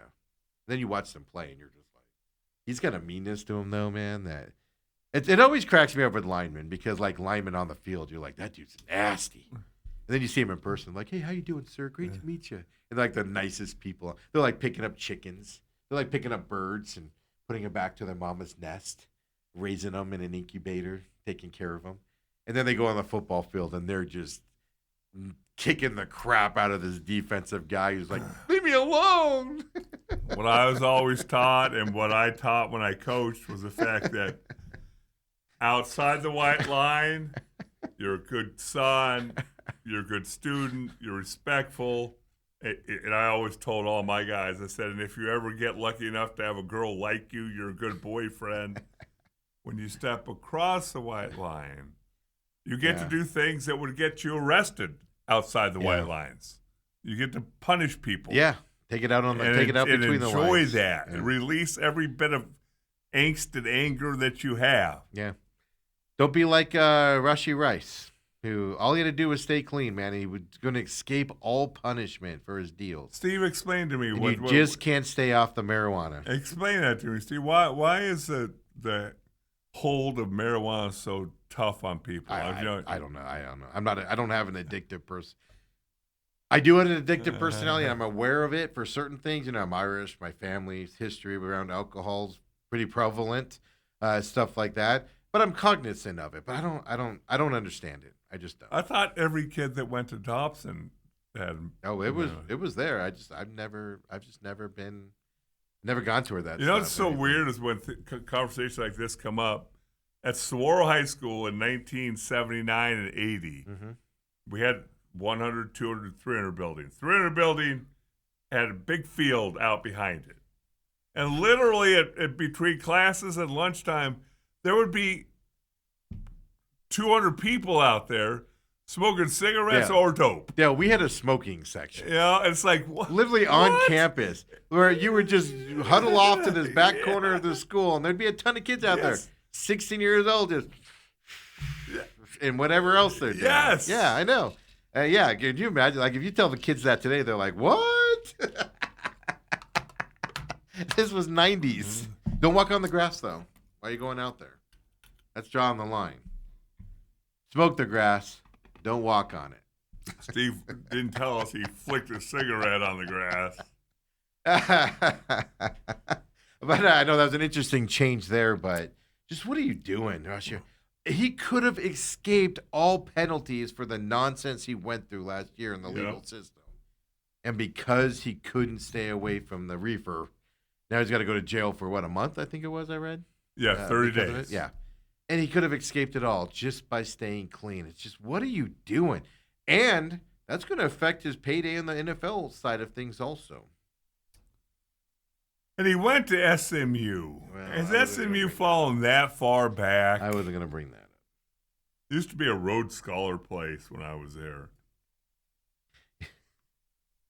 I'm just going to let that hang there. Basha, offensive tackle, Jake Hillenbrand, by the way, highest ranked in-state pledge in 24/7 sports history. Highest ranked offensive line commitment this century as well to ASU as well. So this, like, if you take anything away from him committing to ASU, take away that this program has changed the way they recruit. The perception of them's different. I can tell you guys, just 4 or 5 years ago, no kid here in the Valley wanted to go to Herm Edwards and his crew. They only cared about you if you were from California. Before you go all the way back to Dirk Cutter, he had a terrible relationship with high school coaches. Yep. If you were able to move up and play college football, you didn't even look at ASU. And these guys, not only have these guys looking, but they also are able to keep them here, at least starting to keep them here. You're always going to lose a bunch of them, like you said, Fitzgerald and Notre Dame. Look, the lure to Notre Dame, if you're Devin Fitzgerald, is a personal one, and it's a whole nother. You're fighting forces there that ASU's not going to be able to compete with. Right, and there's going to be certain kids like that. You're going to have that. Yeah. Like, I've always dreamed of playing for the Georgia Bulldogs. You're just going to lose those kids, right? But hometown, and that's the other side of it. A lot of kids that play here, now a lot of it, people say, people come in from everywhere. We're getting to the transition time now where, like, my kids are graduating high school. Then those kids grew up here around ASU and what they're doing. Now some lean years, but now they're seeing the ASU program side. Now, then some of you are younger than us and have younger kids. They're growing up in this Kenny Dillingham era where they're going to be like, I want to go play at ASU someday. And you're going to have that type of stuff go in there. And so you're going to see that change come up. Fantastic news for ASU in terms of the commitment side of it. 6'6", by the way, 300 pounds, Dale. I couldn't imagine being that big in high school. No. And, again, his frame, my frame, believe it or not, at one point I was 6'4". I was about 225 in high school. And they saw, when I got to SMU, they say, hey, in 4 years you're going to be 6'5", 280. Mm-hmm. I didn't see that. Is that because of, well, back then you didn't really have, you had nutrition, but not like today. You had no nutrition or weight room. What I meant by nutrition was you just whatever you're getting at McDonald's, buy 3 of them. You eat more. Exactly. That's what I meant by protein nutrition. Shakes were all sugar. Nowadays, these kids are eating healthy, man. Yes. But let me touch on one other thing because you kind of brushed past it, but I think it's super important. After the last 2 coaching regimes for ASU, the ASU name on especially the elite high school programs in Arizona was mud. People didn't. An ASU coach kind of took a wrong turn inadvertently and out of a Bash or a Hamilton or whatever. They'd be like, "What are you doing here? We don't like you. We don't respect you." Yeah. And they talked down to him, and that has mended. Very quickly under this new coaching regime, and it's been fun to see. Well, also, I mean, you're involved with high school football, obviously, with your announcing and stuff like that, so you've seen that. But, yeah, I mean, if you weren't a California kid, Herm Edwards' program wanted nothing to do with you. Mm-hmm. You've told that story on Cade Bennett. I think you've said that on air. Mm-hmm. Hopefully I'm not putting that out there if you didn't. They just ignored him. Mm-hmm. He's had a pretty successful college career now at TCU. Yeah. For one more year, right? And then he's graduating. But he was a top 5 offensive lineman in Arizona coming out. I know. And they treated him like an afterthought. Didn't even acknowledge him because there were some big kids from California there that didn't turn out to be anything and stuff like that. Then before Herm Edwards, the guy from Texas that turned out to be a bully and nobody liked him. Who was that? I can't remember his name. He wore the wristbands. He went to Hawaii. Got kicked out of Hawaii, and I'm completely forgetting his name right now. Oh my God, I can picture his face. Come on. He's from here too. Yeah. It just turned out he was a giant jerk, and nobody liked him. Nobody in those inside circles liked him. He had some good record years here and everything, you know. But yeah, no. I mean, this is fantastic. Now, can you keep him? So to me, it doesn't even matter. You got a kid a year from now, a high level to commit to you right now, and it just shows you what this program's doing moving forward as well. So Todd Graham is what his name is. Yeah, I was typing it in and it just hit me here as well. But then you can go back, like I said, Dirk Cutter. He didn't care about Arizona kids when he was here as well and stuff like that, and it was just like, brutal. Texas. Congratulations. Let's hope they can continue to build and have another good year. Oh, my goodness. And Hillenbrand have a good senior year, Basha. Do not. Stop. Don't even say. Just let it go. Mr. Run out of gas on the freeway. I'll just call AAA. Be 2 hours late to my next appointment. Got to see if I can push it. Throw up the NHL brackets for us, Kobe. Let's remind everybody what we're dealing with on this as well. Tonight, Colorado and Vegas start their series here. Okay, Colorado's going to win this series, I believe. I do think, though, Vegas is going to take them to at least 6 games. They're going to make it hard for them to win this series. We'll see. That's what I think is going to – I determined this last night, Dale. I think that's what I think is going to happen. Is this while you're awake or asleep? Yeah, I might be dreaming. I might be hoping and dreaming here. Hopes and prayers for this result coming up here. I just have a lot of faith in Tortorella to put a nice team together. But it's going to be one of those series where the Knights will win one, like, in overtime or late in the third, and then Colorado's going to win one by like 3 goals and blow them out. It's going to be one of those types of series. The Knights will have a couple bad games in this series, but they'll also win a couple here, is what I'm thinking is going to happen in this series. Montreal, Carolina doesn't get underway until tomorrow night there as well. This one I'm still got to think about. because Carolina's been so dominant that I'm just not too sure if Montreal's going to win more than one in this series coming up here. So I'll think about this, and we'll, of course, talk to Lou about this tomorrow as well. But I just wanted to remind you guys tonight, it is I believe it's a 6 p.m. start, 5 p.m. start in Colorado. We're an hour behind them, I forgot. 8 p.m. Eastern, 5 p.m. our time. I think this is the fantastic series here, so tune in tonight as well here. Colorado and Las Vegas Knights. And Dale, I got my HOA meeting tonight, so we're going to have to have this on in the meantime while I'm there. Any kicking anybody out this Not month? that I know of. We don't do that. You have. No, I haven't. That heifer. Why did you get me in trouble? We do not. We don't do that here. We got a lot to talk about. I guess it's a busy Are you night. raising dues again, Steve? No. Hopefully not. Try not to do that. Well, you're the president.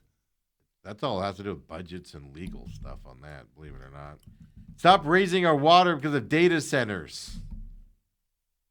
Aren't they paying for their own and recycling, Steve? We have our councilman for our area that every year comes and talks to us. He's running for re-election now. Yeah. And every year he's like, data centers pay for their own. Data centers pay for their own. And I'm like, oh crap.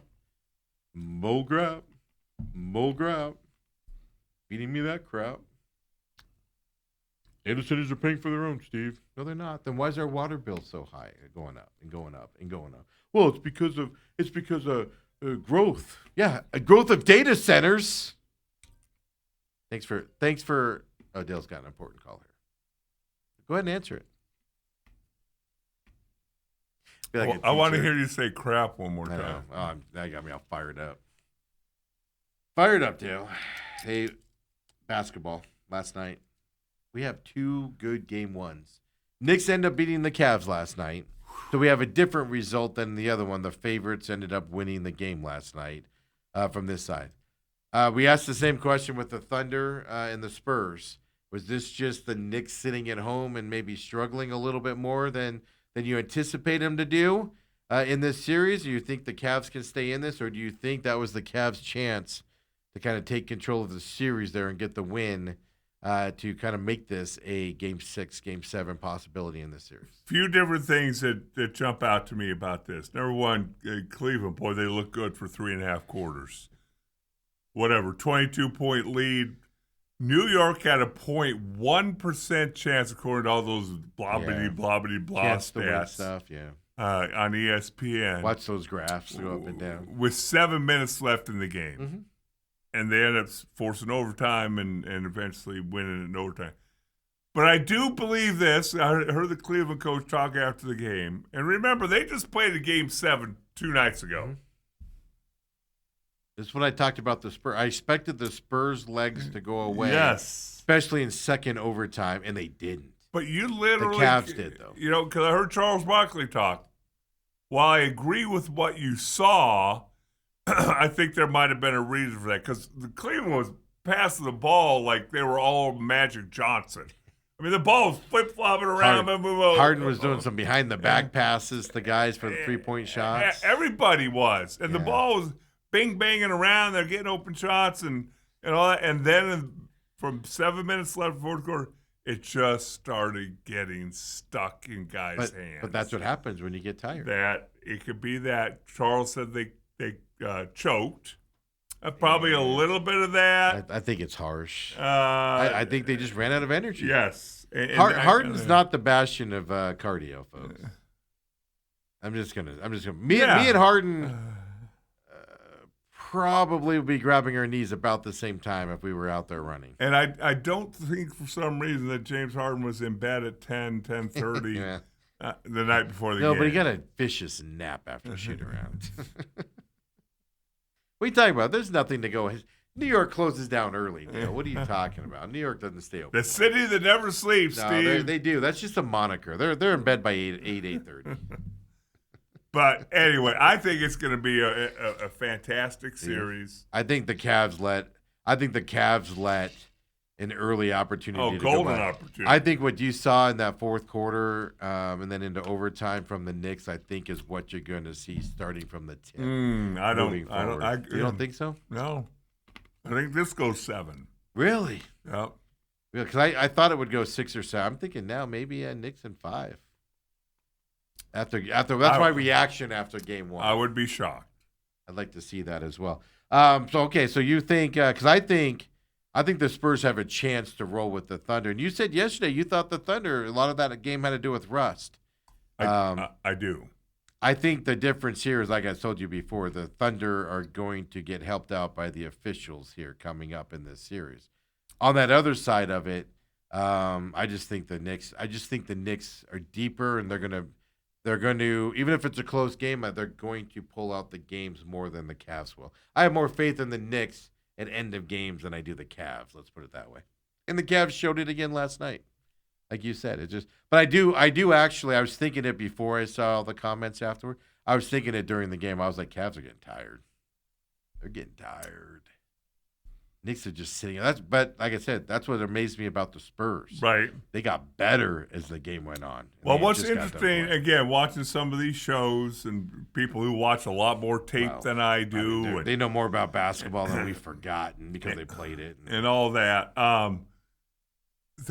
Nobody really understands the Wemby factor defensively until you actually play against him. That's the thing. It takes you a while to adjust to that.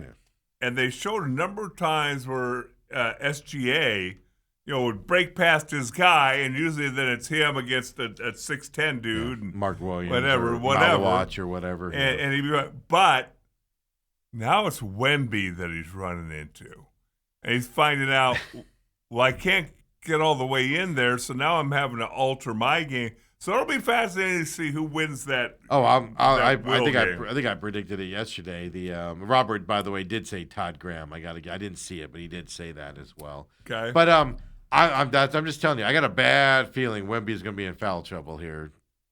In the first half of this game coming up in game 2. I have a bad feeling, and I haven't seen who the referees are going to be yet, as well in that tonight though. Thunder Spurs tonight, folks. As well, 5:30 p.m. our time. Throw up the graphic here. I know everybody knows Knicks are up 1-0. Spurs are up 1-0 in this series here tonight as well. So 5:30 p.m. our time, and then then Thursday night is this game 2 of the Cavaliers Knicks in that series. I don't know. I hope even if the Knicks do dispatch the Cavaliers early, which you don't think is going to happen, I just if they're games like last night, they're going to be fantastic to watch. I think what I love about this time of year is every other night there's a game. That's the thing. There's no more waiting and while last night you thought 7 minutes left in the game, it's a 22-point game. It's like, I was just about to turn the channel. But both NBA series, I think they're going minimum of 6. Okay. I think Thunder Spurs are going at least 6. Yeah. I just think the Spurs are going to be a matchup issue. And then I don't know if it gets to a game 7 because, like I said, I'm in no way saying the NBA fixes their games. They don't. Look at last year. But they know how to put certain officials into a game to have things happen. There's no way Indiana, Oklahoma City are in the finals last year. We'll talk tomorrow, Dale. I'll see you tomorrow, obviously. And we'll discuss, and we'll see what the talking narrative is tonight, because I got a bad feeling. Now, one official was talked about after game 1. Woo, tonight? We'll see. We'll see if my theory is correct here coming up from that. Let's take our break here, come back, and Dale's buddy. I think even more impressive than Marte's home run last night to win the game was Corbin Carroll's home run to start the scoring. This is so great. And would you have turned that into a double, Steve? I probably would have turned it into a single, Dale. There might have been a chance I was out at first there. But it shows me, this is what cracks me up. It shows me the difference between Marte on his attitude on this team and guys like him. Marte, if Marte gets hit in the head like Querrell did, he's out for 4 games. And not scoring that run. We'll talk about it. Main event. Come on back.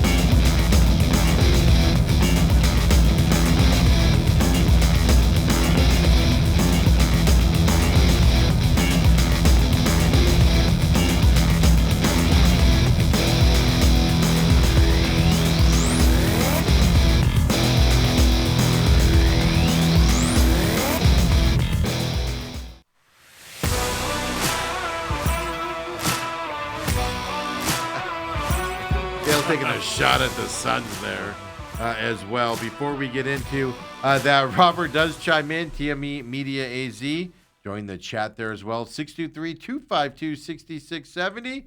Interesting enough, we do not have the Torrey needs to go comment on the text line here today. I guess getting happy with Torrey here with this winning streak. The Diamondbacks are back on here as well.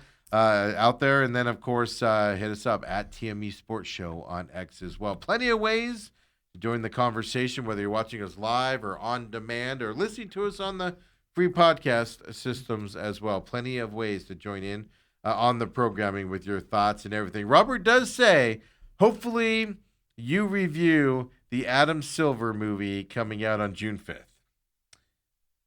Dale doesn't get that, but I got that. I'm assuming you're talking about Masters of the Universe as Skeletor. Yeah, I can't wait for this movie. I think it's going to be fun. I will be reviewing that movie on June 5th. I will be seeing it next weekend. Wow. Wow. As long as I'm not in jail. Yeah, there's a lot of time between now and then. We got a couple court dates coming up with that tenant situation and everything. I think today the lawyers have a meeting at the courthouse today. Surrounding that tenant situation coming up here. So as long as I'm not in jail, we'll be doing that. A lot of stuff can happen between now and then, but I know we're talking about Diamondbacks before we get to the really, really good news. Well, we got to do that. We're going to talk about one more NBA thing, but go ahead. Well, the Jason Kidd stuff. Yes. Jason Kidd gets fired by the Mavericks, 4 years and $40 million left on his deal, and I just asked you a simple question. Who has it better, Jason Kidd or Coach Bud? But Jason Kidd had coached 5 years there before he got fired. Well, not just that, but it was 5 or 6 years left on the deal and $40 million. 4 years, $40 million left on his deal. Yeah. Now, what I want to know, it's not embarrassing getting fired after 5. Well, I'll put it this way: Coach Bud failed. It's way worse. Coach Bud was embarrassed by that firing. Should be right? Because 1 year. Best players in the NBA on the team. That team was, was built to go on a big run. Stuff, but 1 year blowout. 5 years, and then you trade your best player in Luka. Yeah, you get the best kid coming out of college, and 19-year-old had a fantastic rookie year. All of that, but the ownership just doesn't want to own this basketball team. So Jason Kidd's probably getting lucky being let go. Well, you got to remember, Jason Kidd went to the NBA Finals and the Western Conference Finals. So that was with Luka in a 3-year span. Mm-hmm. So he at least had some success. But tell me this, Steve. I'm Ursi, whatever his name is, the general manager of the Mavericks. Yeah, the new guy that took over when the other guy got fired. And I summon you into my office.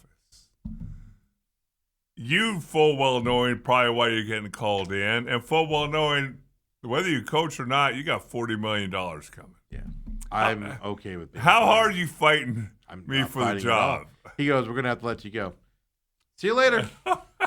Can I leave today or do I have to sign some papers? Conversation's over. Send the paperwork to my lawyer. Talk to you later, buddy. There's not even a conversation in my eyes. It's all right. My lawyer, I contact my lawyer for anything you need from me. See you later. Look forward to never speaking to you again. Oh, good. No, you be professional about it, but you're not arguing or anything like that. I mean, I was just thinking about it. Now, when Jason Kidd was hired by the Mavericks, I panned it at the time, and I took a lot of grief from my fans. I'll say this, Jason Kidd has turned into a better than average coach. What I mean by that is I thought he was below average beforehand. I'm not going to say he's one of the greats out there, but he's one of the better coaches. He's going to get a job quickly. If he wants one. This is the other side of it. Do you want to coach again if you got 4 years, $40 million? The problem is you wait 4 years, you're going to, and a lot of times you have offsetting where you have to go, like assistant coaching jobs or whatever. But I mean, but the Bulls are still open. I know that off the top of my head. I'm not sure who else is still open. I didn't do the research on it. But here's the other side of it. If Jason Kidd's good enough as a head coach that if you're one of these teams, Magic, do they hire a new coach? They might have. But New Orleans just hired the Magic guy. If you're New Orleans today, are you going, crap, we did this move. We hired our guy too early. My point being on this is there's a possibility you might see somebody be let go in the next day or so, week or so, because they want Jason Kidd as their coach. He's that good of a coach that if you're not sure if your coach is the guy, you could make that move to get Jason Kidd in there. He's that good of a coach out there in the NBA. I'm not the biggest fan of him, but he's shown what he can do. And he got lucky. I'm telling you, he got lucky being let go by the Mavericks. There's sometimes when you leave a company because of the way it's operating or, you on your terms or their terms, and it's the best thing that could have happened to you, even if you're not making $40 million a year, because it's just going down there. The owners of the Mavericks bought the Mavericks from Mark Cuban. They're gambling people. They own the Sands and a bunch of stuff. It's a gambling family. They bought it because they wanted to bring gambling to Dallas, Texas. They wanted to build a gambling empire and have the Mavs be part of that gambling empire. That was the whole point behind it. Well, Dallas shot down any gambling odds like that and things to that effect. So now there's now a company that wants nothing to do with sports ownership unless it has to do with gambling. Now is stuck with this team, and their business decisions are showing you they have no interest in spending any money on the Mavericks and making them a better team. Their actions are showing you that. Jason Kidd was lucky yesterday. It kind of looks like right now the only two openings are the Magic and the Bulls. Yeah, so the Magic didn't hire somebody. Yeah. If I'm both of those teams. Did the Bucks hire somebody? Oh, no, because Doc Rivers, right? He's gone. Yeah. Only one I know of was New Orleans, right? Or was it Memphis? One of those. Whoever was looking for hired the Magic guy from that side. But it's just what happened to the Mavs, man? The Mavs owners don't want. They need to just unload it. I'll bet you if they unloaded it today, they would make a premium off of what they bought it for. Valuations maybe have gone up, right? From that perspective, it's now the Mavs. People don't know if you aren't old enough like you and I are. The Mavs sucked for a lot of years until Mark Cuban bought them. Their ownership was garbage for a bunch of years until Mark Cuban bought them. He kind of changed that culture, and they kind of gone back to what they were before Mark Cuban owned them and stuff to that effect. So it's just disappointing what that team's doing right now, and it's all due on the owners, folks. It's the ownership doing it. Yeah. Sad to see out there as well. By the way, just really quick, the Thunder. I was looking for this stat earlier. I did find it. The Thunder are 1-5 against the Spurs this season as of right now. 71-14 against everybody else. There's a matchup problem here. Yep, is what I'm getting at. And have we heard? Is De'Aaron Fox playing tonight? I don't think we've heard yet. I'm not. I haven't seen. I'm looking at NBA.com and I haven't seen anything yet. But like you said, if it's one of those things where it's like he gets another couple days off, We have the 1-0 lead. We can give them another couple days off. But I can also understand if you're the Spurs and you go, we can get a commanding 2-0 lead. Yeah, but do you risk? It depends on how bad it is. And I have not heard anything on it other than he's not playing because of he twisted his ankle or whatever. Robert says, I agree with whoever said it, meaning the text. We've literally gotten a text on our text line, 623-252-67 for, let me count here, 9 days. And all it is Torrey's got to go. Robert says, I agree, whoever said it, but still needs to go. I want to see a change too. But I'm not even sure. Like, if you go around, speaking of baseball, we'll get into this. If you go around baseball in the standings right now, 500 ain't get you in the playoffs this year. A 500 team ain't get you in there. And that's all the D-backs are. They've been this way for a bunch of years now. You're going to have to be 6, 7, 8, 9 games above 500 to make the playoffs this year. It's looking like right now. Do the Diamondbacks have that in them? That's the question you got. They're a 500 team. They'll make a run. They're at 500 right now. They'll make a run and go 2, 3, 4 games up above 500, and then they fall right back down to 500. They'll go 2, 3, 4 games below 500, and they'll go right back up to 500 again. They never do that run to get up that higher level there. And I'm not sure. Let me put it this way. Especially because you're seeing what the Phillies are doing with the manager change in the middle of the season. What are they, 16-5, 17-5 since they fired their manager? You're seeing success by moving on a manager with the Phillies.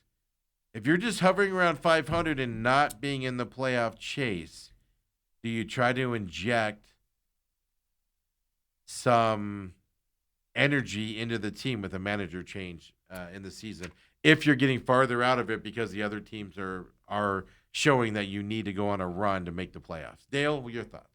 Well, it's interesting. I'm looking at the standings right now, wild card standings. The Diamondbacks are 4 games behind the Cubs and the Cardinals. Did the Phillies just pass them?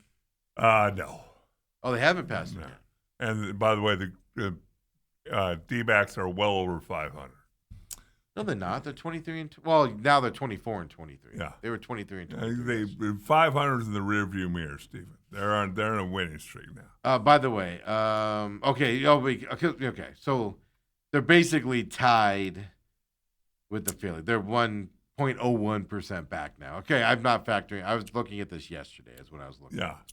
Phillies and the Reds are ostensibly tied with the Diamondbacks. Cubs, after winning 92 straight. Now on a 4-game losing streak. Well, here's the other side of it. So Diamondbacks right now are first team out of the wild card, but they're basically tied with the Phillies and the Reds, all 4 games back. Pittsburgh's 4.5 back, Nationals 5 back, and then you get into some 7 backs and stuff like that. You know, you go on one bad 2-3 game losing streak with those teams, all of a sudden you have 5 teams ahead of you. You got to look at. Now, still plenty of time to go. What I'm bringing up here is Padres 29-19, Cardinals 28-19, Cubs 29-20. 500 isn't going to keep you in this wild card chase.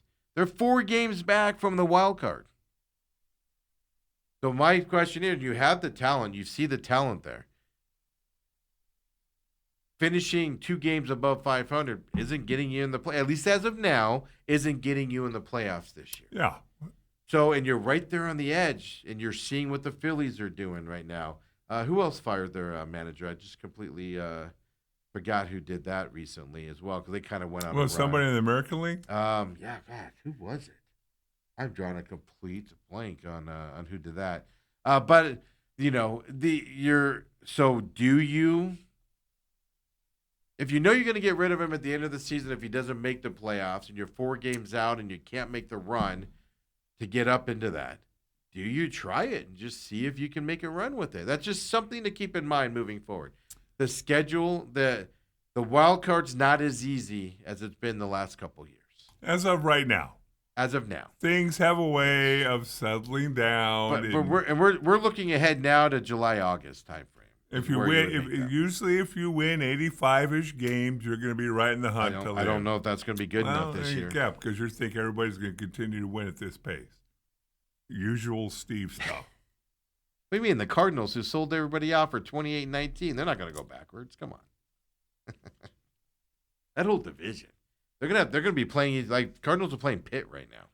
Oh my God, that's a heck of a matchup. We're looking at something. Here's something that could help the Diamondbacks out as well, though. Corbin Burns. Well, he said he has 2 more bullpen sessions before he faces hitters. He's likely to do a live session next Friday. Then the next step after that will be getting into games, meaning simulated games, stuff like that. 2 weeks or so before we get to that and stuff like that. All this means is mid-July return. He's going to be back in July, probably, unless there's a setback, before August. Getting Burns back, obviously you're getting another starting pitcher in there. Well, not just a starting pitcher. It's like you made a huge blockbuster trade. And even if he's at 80% of what you think Corbin Burns, you'll take that every day of the week. Yeah.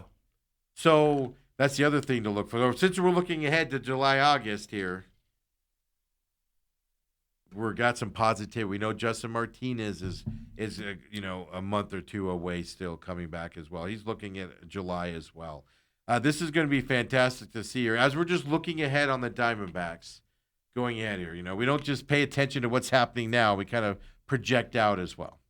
That'll probably save Torrey's job as well if they just hover around 500. But like I said, it depends on what these other teams do. There's a chance you have to win over 90 games this year to be in the wild card hunt at the end of the season. I don't see that. Well, what was it? 2 years ago, Diamondbacks won 89 and didn't make it in. They lost on the last day of the year. It happens. It happens, Dale. It happens to this team on top of it. How about last night, Steven? Corbin Carroll did the most best thing on the planet, and he's probably not going to miss any time for it. Unlike somebody else who gets, the air conditioner was a little chilly. Wow, you're really going to hang on to that after last night. My hamstrings tightened That's so damn childish, Steve. Here's Corbin Carroll's home run yesterday, folks. I can't get enough of this. So this isn't getting enough play out there. If you missed it, Corbin Carroll at the plate. To play today. Tries to split the gap in left center. Bader won't get there, and it's off the wall. Corbin might be thinking 3 here, and he's off and running. Corbin Carroll's got the triple. It bounces up the line. Here he comes. He's going to go all the way around. Quit grabbing your head. Get home. You think that's what the third base is yelling? Quit grabbing your head and run. It doesn't hurt that bad. That had to hurt. That ball coming in from deep center field, left center field. Well, it came from the shortstop. It was a relay. That's what I mean. With some force behind it to get him out there as well. No, I just think that's fantastic. It just shows the hustle on this team. We talk about it a lot here. This team has hustle and no quit attitude. Then there's another guy on this team. But he came through last night, Dale. He came through. You texted me afterwards. Can't trade him. Here's Marte's walk-off if you did not see it last night. Second, Waldschmidt at first. Marte, a fly ball! Guess what? The Diamondbacks win it!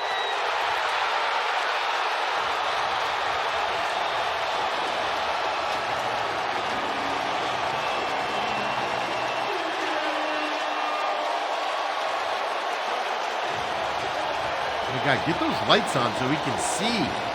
We don't need him tripping while he's dancing. It's the first career walk-off home run for Ketel Marte. Dude, that stat right there floored me. First walk-off home run by Marte. Come on, Steve. Yeah, how many supposed to have? 10? Yeah. Good. One of the best hitters in baseball should have a bunch of them, Dale. Wow. No. Very interesting call earlier in the 9th inning. Waldschmidt. By the way, I saw the Arizona Diamond. I don't mean to interrupt you, but I'll forget.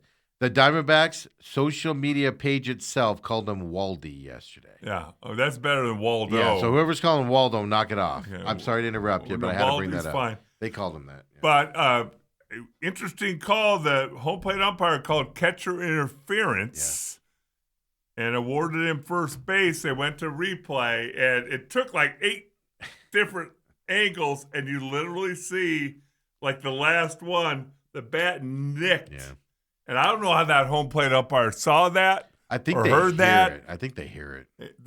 But he was very definitive. Yeah. Oh no, he was confident he had that call right. Yeah. And we're all sitting there watching the replay. I actually was watching it this morning because I didn't see that inning. I was asleep. But I was watching it this morning, and it's like, man, that guy's pretty confident, and we don't see it here. First view, you're like, yeah. I think they hear it. I think they go off of sound more than anything. I saw one in a I think it was might have been minor league. I saw one the other night where the ball obviously hit the elbow pad, but it sounded like it hit the bat. It was just a loud doom, like a bat sound. Mm-hmm. And the umpire said it was a foul ball, and it didn't go anywhere near the bat. That umpire didn't see it. He heard it. Right. And he was emphatic it was a foul ball, and they called it a foul ball, and he couldn't replay it and stuff like that. So I think they go mainly off of sound because of the speeds they're coming in at and things to that effect, for when it comes to that stuff. But no, I mean, that obviously got 2 guys on, which obviously led to the game-winning home run by Marte as well. No, it's great to see from Marte. I know I give him a hard time and stuff like that. Marte to me is like we talk about with Devin Booker. I love Devin Booker. I want him on the Suns. I want him to continue to be on the Suns. He doesn't play like a $60 million a year guy. You expect a $60 million guy to play. I feel that way about Marte.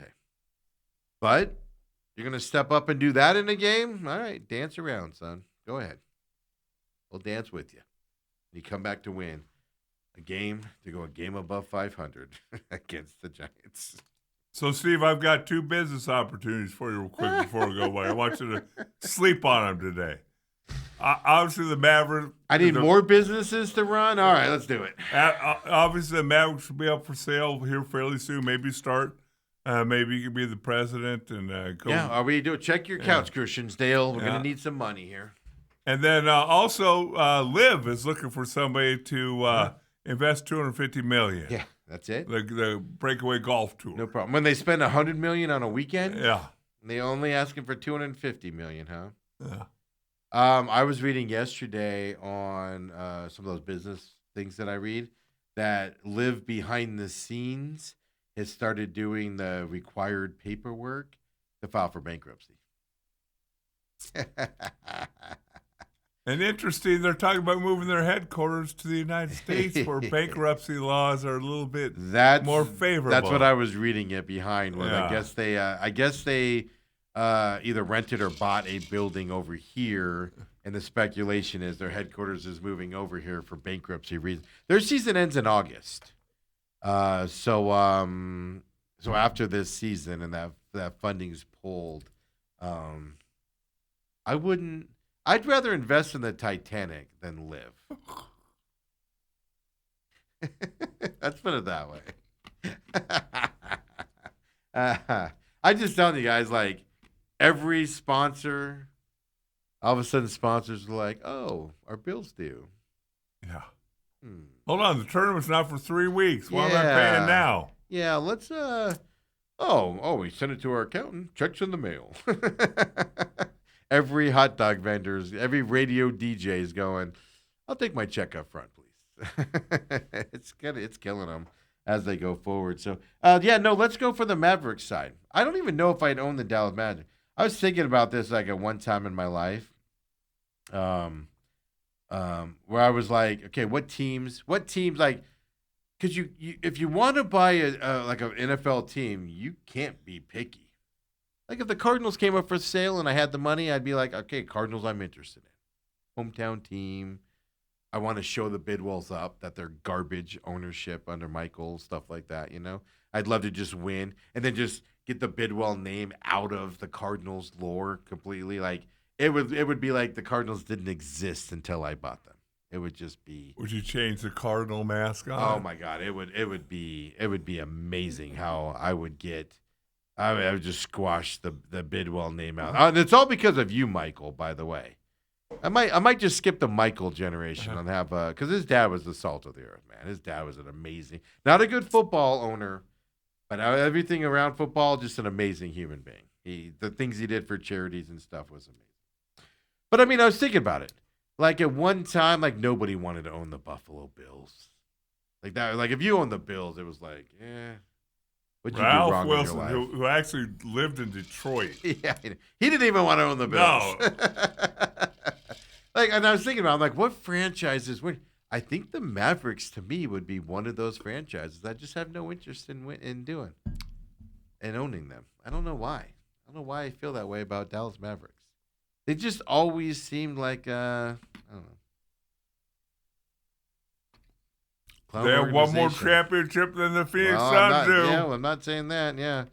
Mark Cuban bought the Dallas Mavericks for $285 million 26 years ago.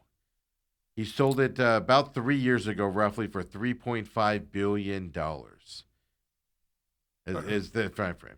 If they were to sell the Mavericks today, I bet you they would get more than $3.5 billion. They'd get 4 or 6. Put money on it. If they don't want to do the gambling stuff, they don't want to play with it and things like that. Oh my God! I own anything for billions of dollars, folks. Give me the cash. I'll be in the Bahamas, folks. Wouldn't even be close. No, you'd still be running around to the Joann's and Hobby Lobbies. No, Hobby Lobby would come to me and build one in the house. I'd be like, Ireland, we're building a Hobby Lobby in the house. in our left wing of the house. So I mean, are there any? Like, I would not own the Pittsburgh Steelers. That's one. If I bought the Pittsburgh, it would just be to close them down. I've just always hated the Steelers. I don't know why. Before I was a Ravens fan, by the way. My whole life growing up, I've just despised the Steelers. But is there a franchise out there? Well, you might be different. Like Philadelphia, you probably wouldn't want to own. Could you imagine a Cowboy buying the Philadelphia Eagles? Can you imagine having $1 gazillion and buying like 5 different NFL franchises just to shut them down? I don't care. I got the money to do it.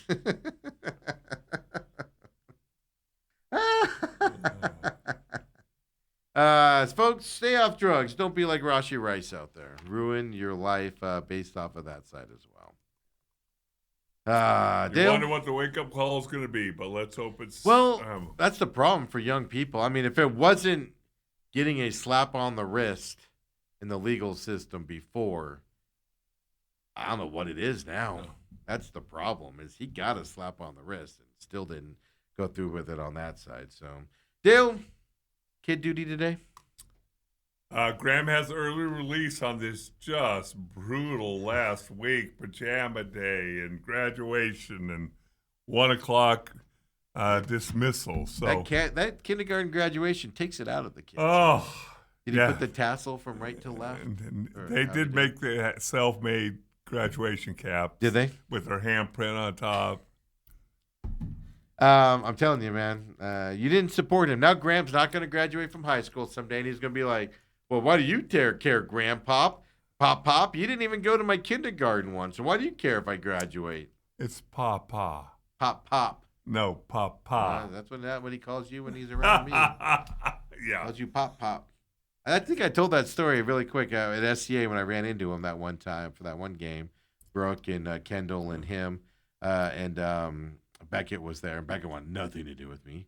Smart girl. Your son-in-law's parents were in town. Yeah.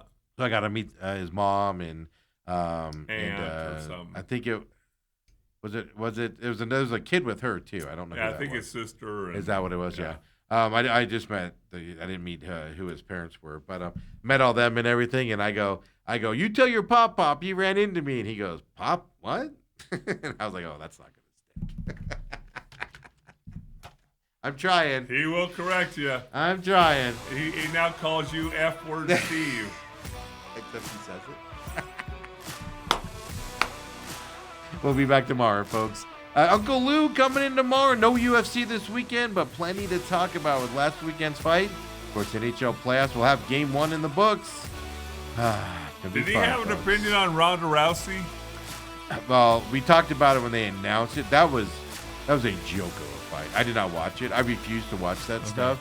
17 seconds. Steven, if she got you in an arm bar, it wouldn't last 17 seconds. Joko. She had to defend the payday and everything out. That's when you know it's a joke. I saw Netflix. People zoomed in on the crowd. They put a lot of lights in the crowd so it looked full. The lights moved so it looked like people were up there, and they were all empty seats on top of it. Could you imagine, though? God, you pay money to go see that garbage, and 17 seconds later you're sitting at home. Garbage out there. Folks, we'll see you tomorrow. Now you got me all upset, too.